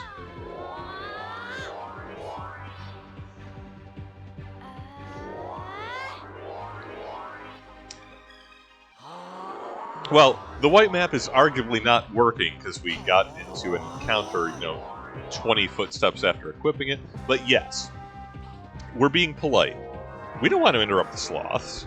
The sloths have been living here since the old world. It is a perfectly balanced, frozen ecosystem. Oh, Vice went crazy. That's not great. And the seals know level 3 magic.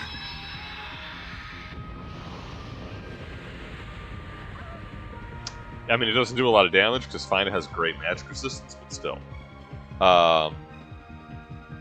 Okay, Vice shook it off in one round. Good man.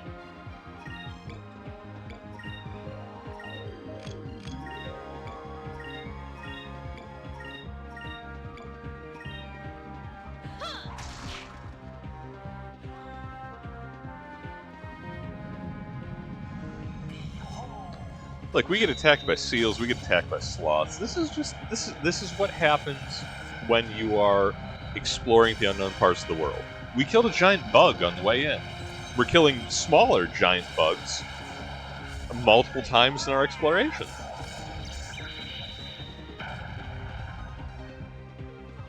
Okay, it's kind of awesome enough to survive a pirate's wrath. I can't even be upset. Like, I am a little, but, like, it earned it.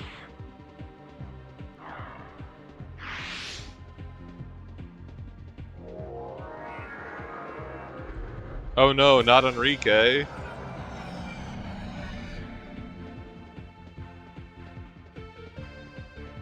Anyway. Ah, 1 damage, huh? Heck of a counterattack. Not a winning exchange.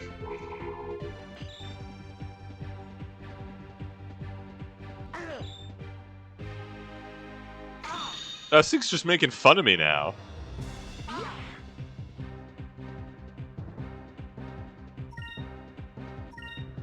Okay, you know what? Cutlass Fury. I'm not doing that again. Nice try, though.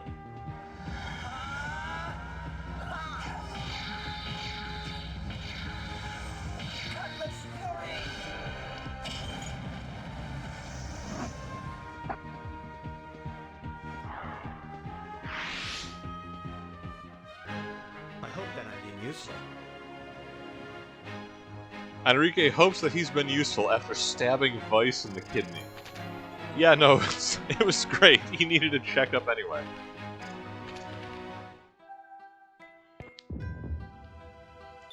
Ice Splitter? That sounds like a sword. I could be wrong. I've been wrong before.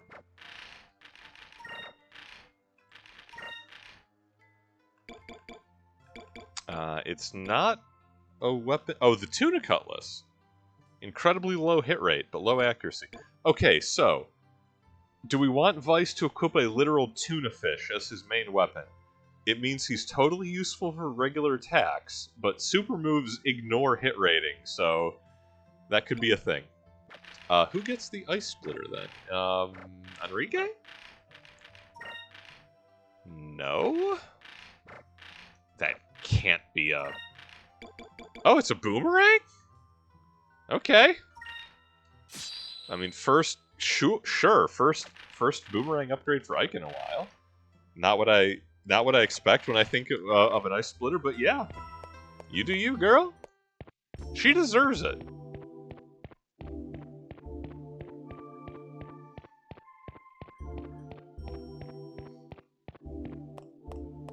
Seriously, this is the underground city in Elden Ring. You can't convince me otherwise. FromSoft, you hacks, you stole from the best. Now, is all fantasy storytelling stealing from the best? Sure, but that doesn't mean I have to like it.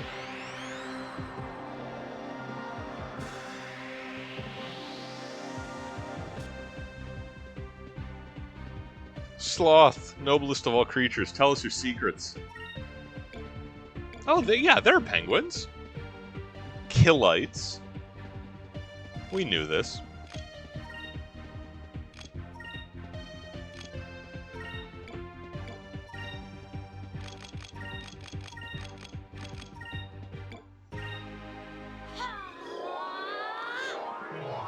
Penguins confirmed. A+ dungeon, 12 out of 10, no notes.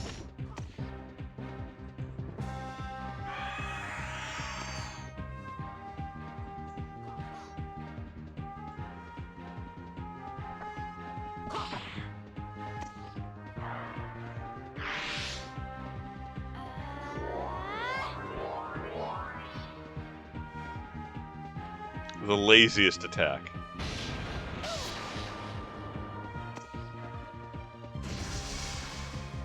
Effective, though.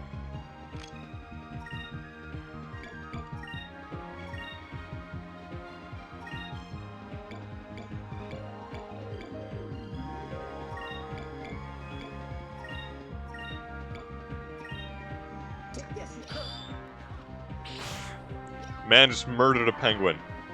Straight up, one stab, on my watch. Okay, this is not the first time this has happened. This is like the fourth time this has happened. Whenever Aika gets panicked, she attacks Fina. Literally, she's attacked no one else.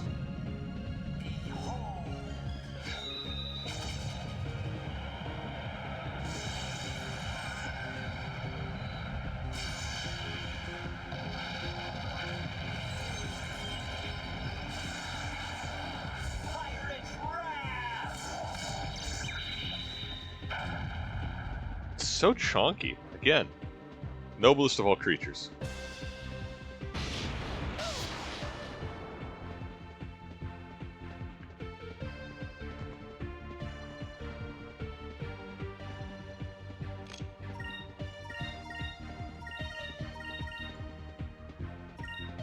I'm locking all my attacks here. Excuse me for just a minute. I will return very shortly.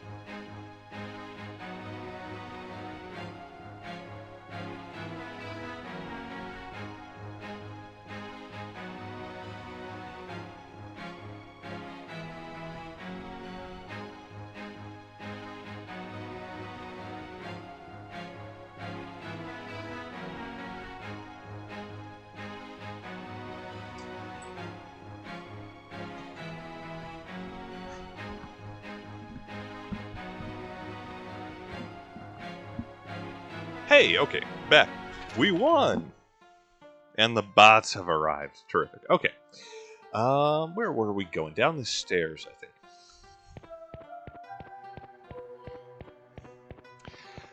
Stay hydrated, kids. Piracy is hard work.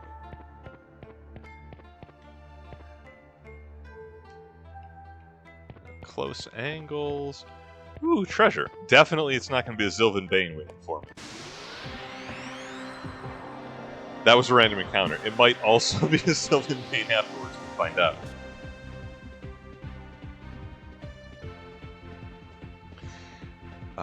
Okay. More Frostworms. Arc Loopers? Ugh. It's an infestation. Okay, we're gonna guard Scum. We'll do Rain of Swords. Say it at rid of any loopers that are still around. In the meantime, I have one last question from the mailbag for recent sessions here. We had a lot of dungeon time this round. What can I say? But that is. This is seems to be more of a media-focused question, but that's fine. I encourage those as well. What are my thoughts? Is quote, is Cutthroat Island really that bad? Okay. For those of you not in the know of a certain age bracket, being millennials, before Pirates of the Caribbean came out, tour de force performance from Depp and Joffrey Rush in particular, pirate media was dead. Straight up. Like, they didn't make pirate shows, they didn't make pirate movies, and supposedly the reason for that is Cutthroat Island, a major cinema release in 1995, if I am recalling correctly. I like to think that I am. And what's its deal? Well, basically, it is, because pirates were big in the 90s. 1991 gives us Robin Williams' Hook, the best version of Peter Pan. Dustin Hoffman as Captain James Hook. Fantastic, incredible, no notes, great performance. 94, I think, gives us a Muppet Treasure Island. Kermit the Frog as Captain Smollett again, inspired casting. So, pirates are popular. Somewhere in this period of time, the Pirates of Darkwater is on television. A show that was like 15 years ahead of its time and was simply too smart for contemporary Saturday morning cartoons. Check it out. It's awesome. I love it. Why it hasn't gotten a revival in the modern era, I have no idea. Perfect show. But the chest was also a Sylvan Bane, for the record. It sure was. Yeah, there he is. Buddy, I'm gonna do something to you.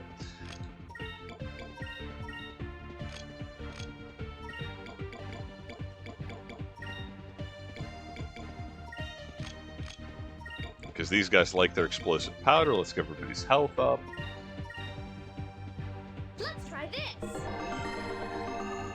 But, yeah, okay, Cutthroat Island. So, pirates are big in the 90s. The film it has a reputation for being so terrible, it killed the movie studio that made it and pirate media for like 15 years. So, because someone asked me this question, I felt compelled to seek out and watch just recently, in the past week, to actually sit down and watch Cutthroat Island, which I had heard about for its negative reputation and I had never actually seen.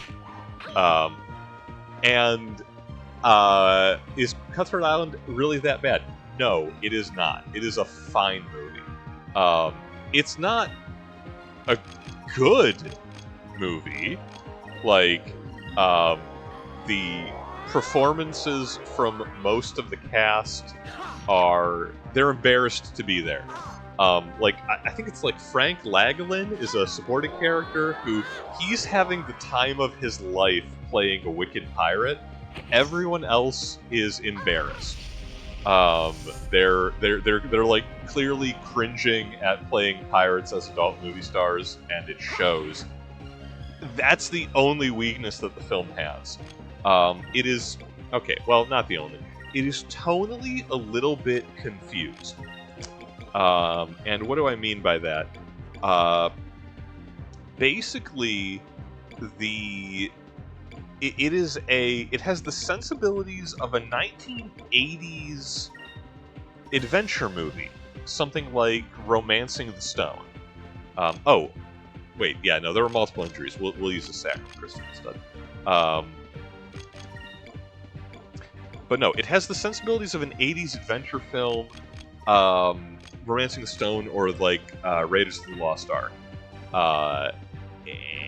And unfortunately, it comes out in the 90s, and it has the production of a 90s schlock action movie, which means that they feel that things need to be exploding in every scene, in every confrontation with any stakes whatsoever. And it's trying to be Bad Boys 2 at the same time it's trying to be Romancing the Stone. If you know either of these films, they're mutually exclusive. That said, is it a bad movie? No, it is not a bad movie. The score is incredible. It's like Frank Denby or something. I'm probably misremembering that. But the soundtrack to it is honestly probably the best high adventure film I can think of. It is better than Hans Zimmer. My hand to God. You can choose the deity of your choice. I'm raising hands to it. We got a winter orb.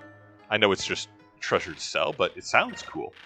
But incredible soundtrack, bombastic, orchestral, perfect. You could watch a silent version of that movie with no dialogue and no sound other than the score, and you would know exactly what was happening in every given scene, because the soundtrack is that powerful and that perfect.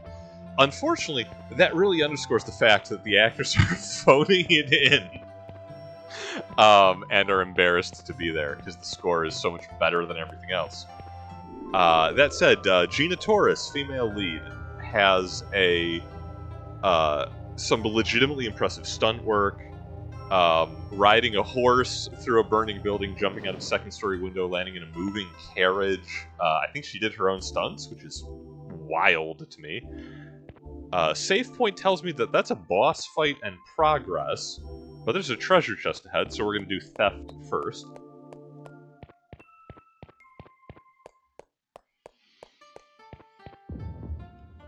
Frostblade. Okay, that's gotta be for Vice. Or Enrique.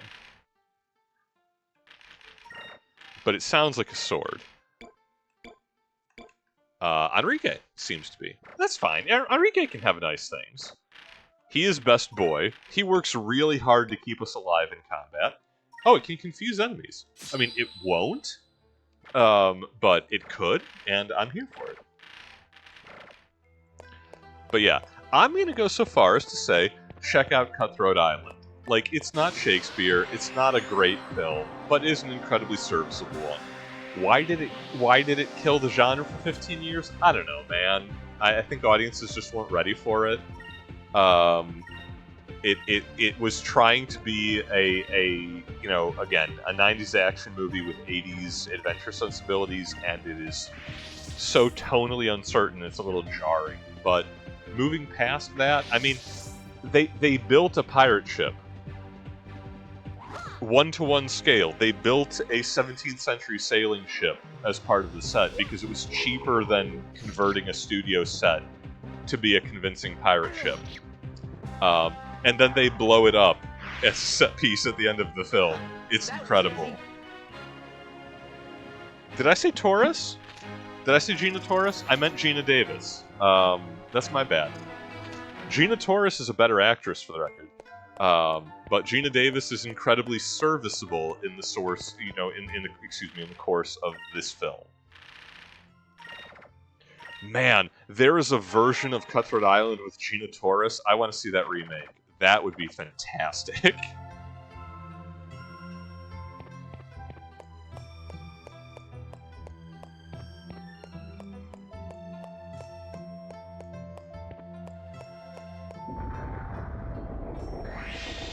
Oh no! Oh, I don't. I don't hate it. Okay, it's a boss fight. It's trying to kill me. Whatever. Plenty of things try to kill me. I'm not. I don't know. What am I looking at? It's a fat robot with wings. It's a chunky boy. It's okay. I don't hate it.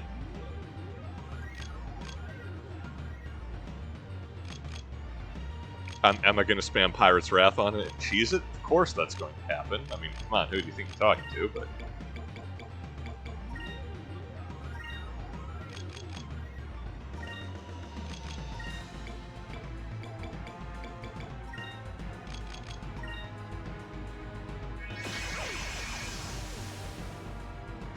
another one of the guardian robots of the old world. It's got them laser attacks. Ah, and it confuses. Well, that could be a problem. I don't know my. I'll take your word for it, Saba. I don't know my legendary Pokemon. If you're 90% sure, I'm. Oh, dudes! I just noticed she gets crazy, like, dark eyes when she's confused. I have never noticed that before, but yeah, she gets angry eyes when Fina decides that she wants to take a swipe out of ice.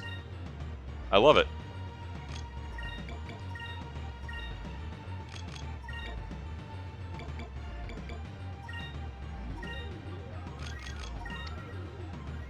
Let's try this. We are going to cure her so she doesn't start petrifying people, because she will start petrifying people.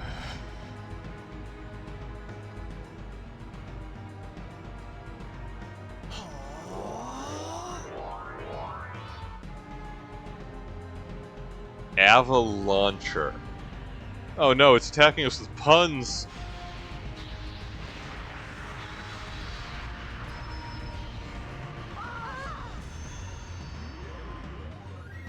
Okay, that's respectable damage. Okay, it did 118. It did 1,800 to Enrique and 1,000 to some to Fina. I think that might be a hard-coded lose 50% of your maximum health attack. Because Fina has lower defenses. There's no reason she should take less damage otherwise. Oh, this thing's chonky. What are we looking at? 12,000?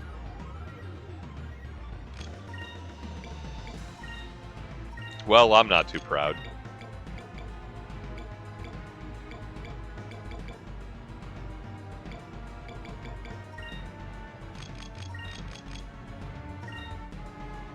Let's try this.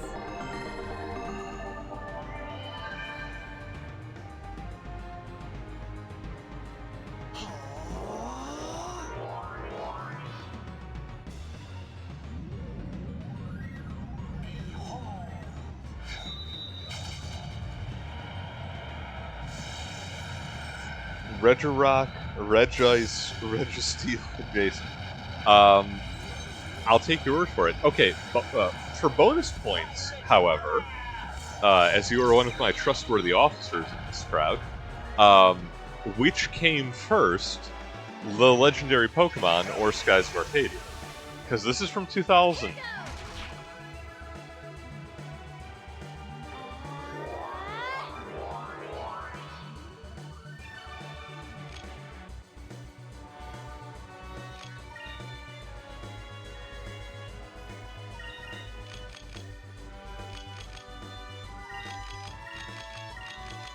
Yeah, we're just gonna charge him.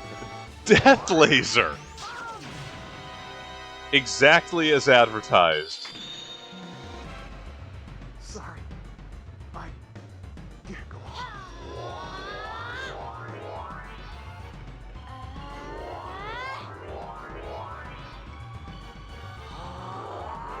Also, they caught me talking mess. They're like, oh yeah, you're not impressed? How about something called a Death Laser? What does it do? We're so glad you asked.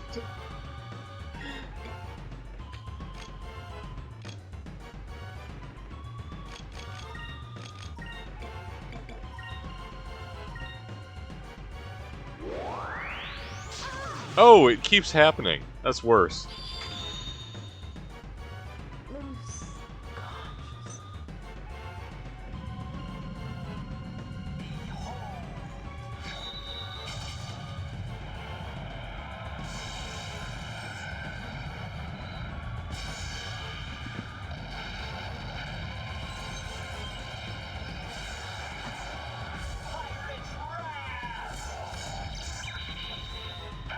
Oh, he's owned by a thread. It's a thread.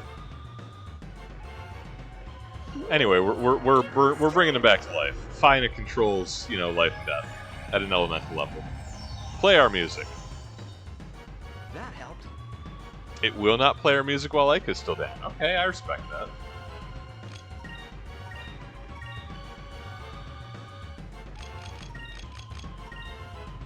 Stop that! Stop that! Alright, Vice resisted instant death. That's why he's the captain.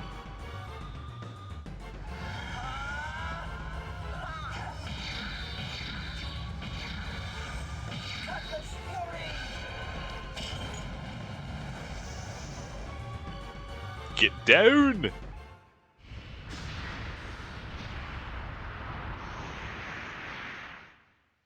We have had a lot of party members killed with instant death lasers tonight. Again, I shouldn't already have 2 nickels. I could last out on 4,500 XP, but, you know, whatever. We'll make it up. There will be random encounters. It's like there will be blood, but not his best work.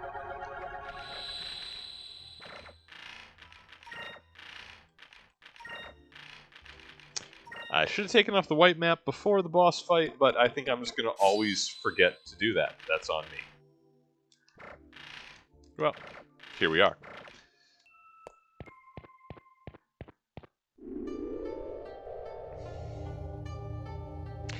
There's a death protection accessory. I forget the name of it, but you can farm them relatively early on in the game, like before you get to the Grand Fortress Mark II. Oh, treasure chest over there. I don't necessarily recall what they are, but I know it exists. Oh, Moonberry. We haven't gotten one of those in a while. Awesome. We need more. I know that, like, you want those if we ever hunt down the Angel of Death, who spams, like, the Attorney spells every round. There is an accessory for it, though. Just have to find it. It's so difficult to see. Someone's there. Yo! Oh! I don't believe it!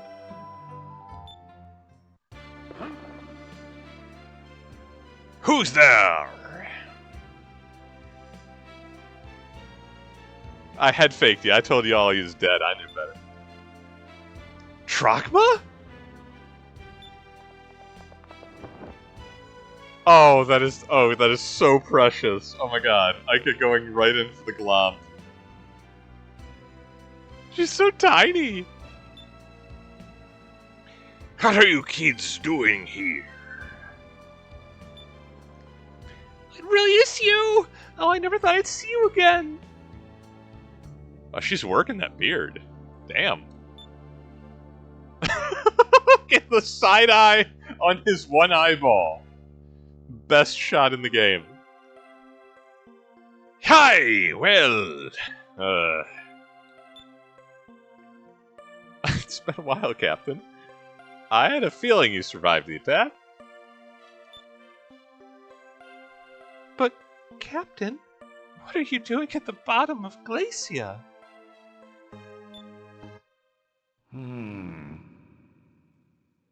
How cool is Drachma that he got here by himself? Man, Drachma is the coolest. Would you like to know that he can become an optional 4th party member again moving forward? Enrique can sit on the bench. We can get the captain back.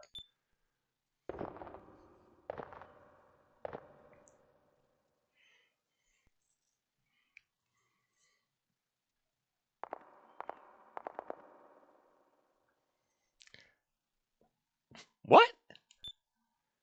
No, it's not.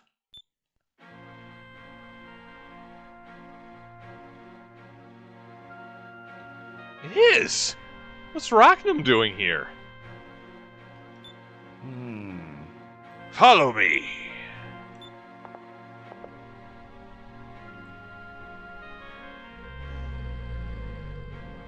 Is he dead? No, he's still alive. But he was badly wounded by Ramirez's ships. It's a fatal wound. Hraknum is dying.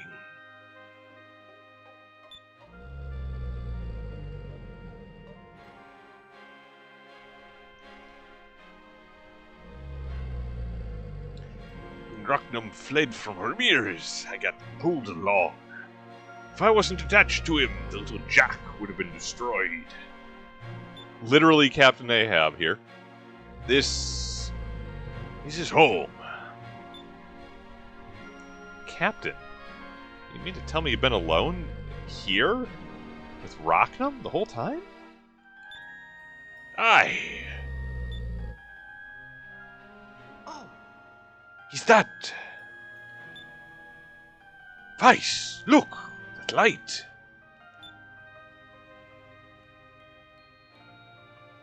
What? Is that the moon crystal? It must be.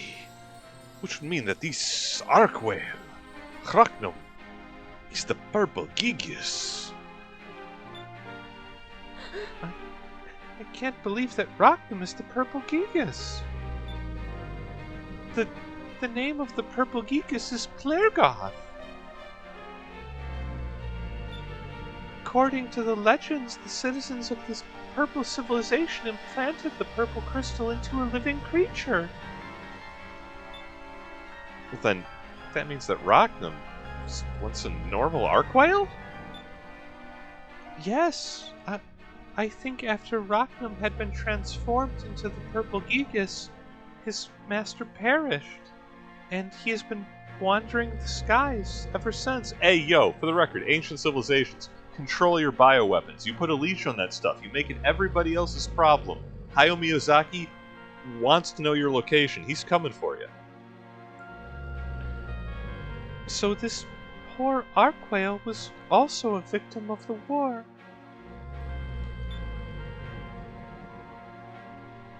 But Captain, why did you stay here all this time?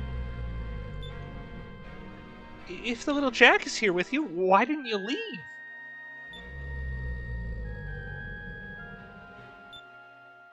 I spent my life searching for Hraknum to avenge my crew and my son.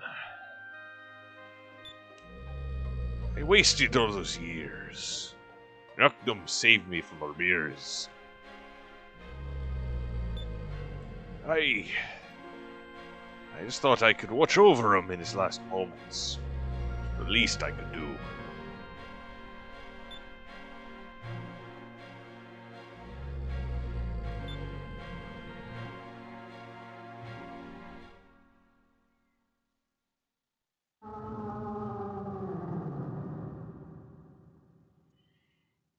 Why is he making that noise?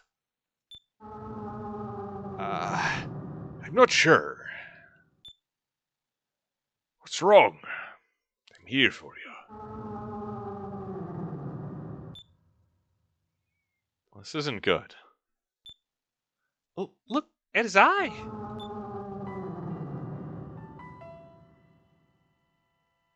Hraknum. I see. It's time for you to go. Time for you to join your friends. Goodbye.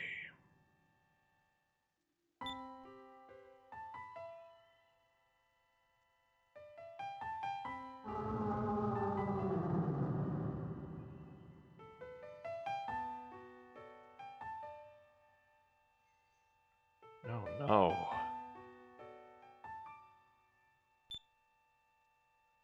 Look, the crystal.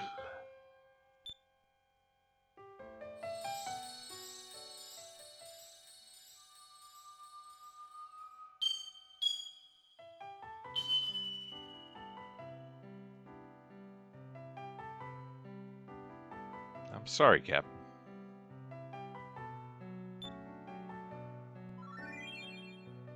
Received the purple moon crystal.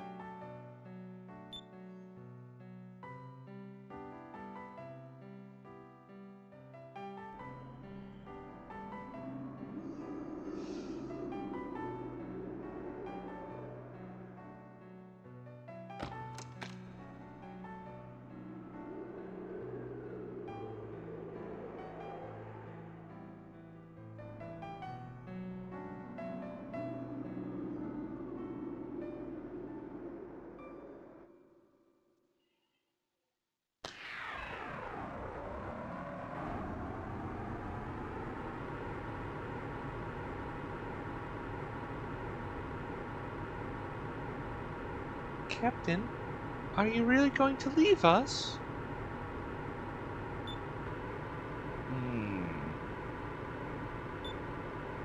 Chasing Rockdom is my reason for living. Now I've got to start over.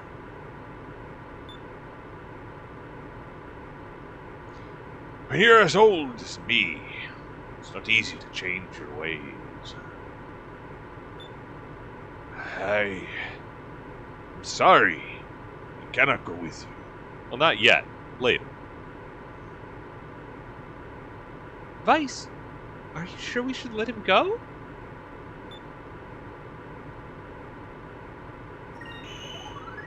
Yeah. You should just let him go. I can't imagine who he's going through right now. Captain, we finally met up again. I guess this is goodbye. Boy. You've become quite a sailor. I'm proud of you. It's a little strange to hear compliments coming from you. Captain, before you go, something I wanted to tell you. You said that you and Rockton were both alone. You're not alone, Captain. We've been with you the whole time. No matter how far apart we've become, we'll still be sailing in the same sky.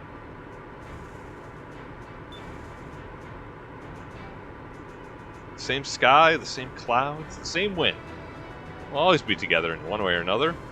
We'll never forget. And if you feel like showing up dramatically before a climactic fight in the future, hey, you know, our door is always open.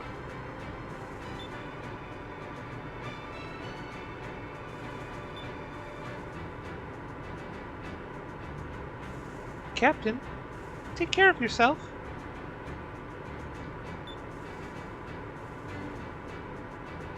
I wish you all the luck in the world. Even though we're just meeting now. Captain, you better visit us on Crescent Isle. Goodbye. Maybe I will. Someday.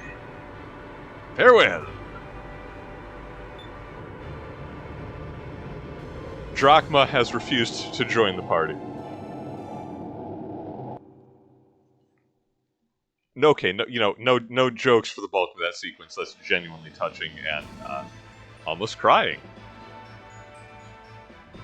Okay. We have the purple moon crystal. Captain Drachma is alive. He has put the demons of his past to rest, gotten over the loss of Little Jack and the Little Jack. And that means we are going to be making a beeline back to Crescent Isle to finish the upgrades of Delphinus. The yellow crystal is up next, as I recall, which means a return to Valua, and then our awesome set will almost be complete. It's yellow and silver is the only ones that we are missing. For now, let me go ahead and actually remember to save the game.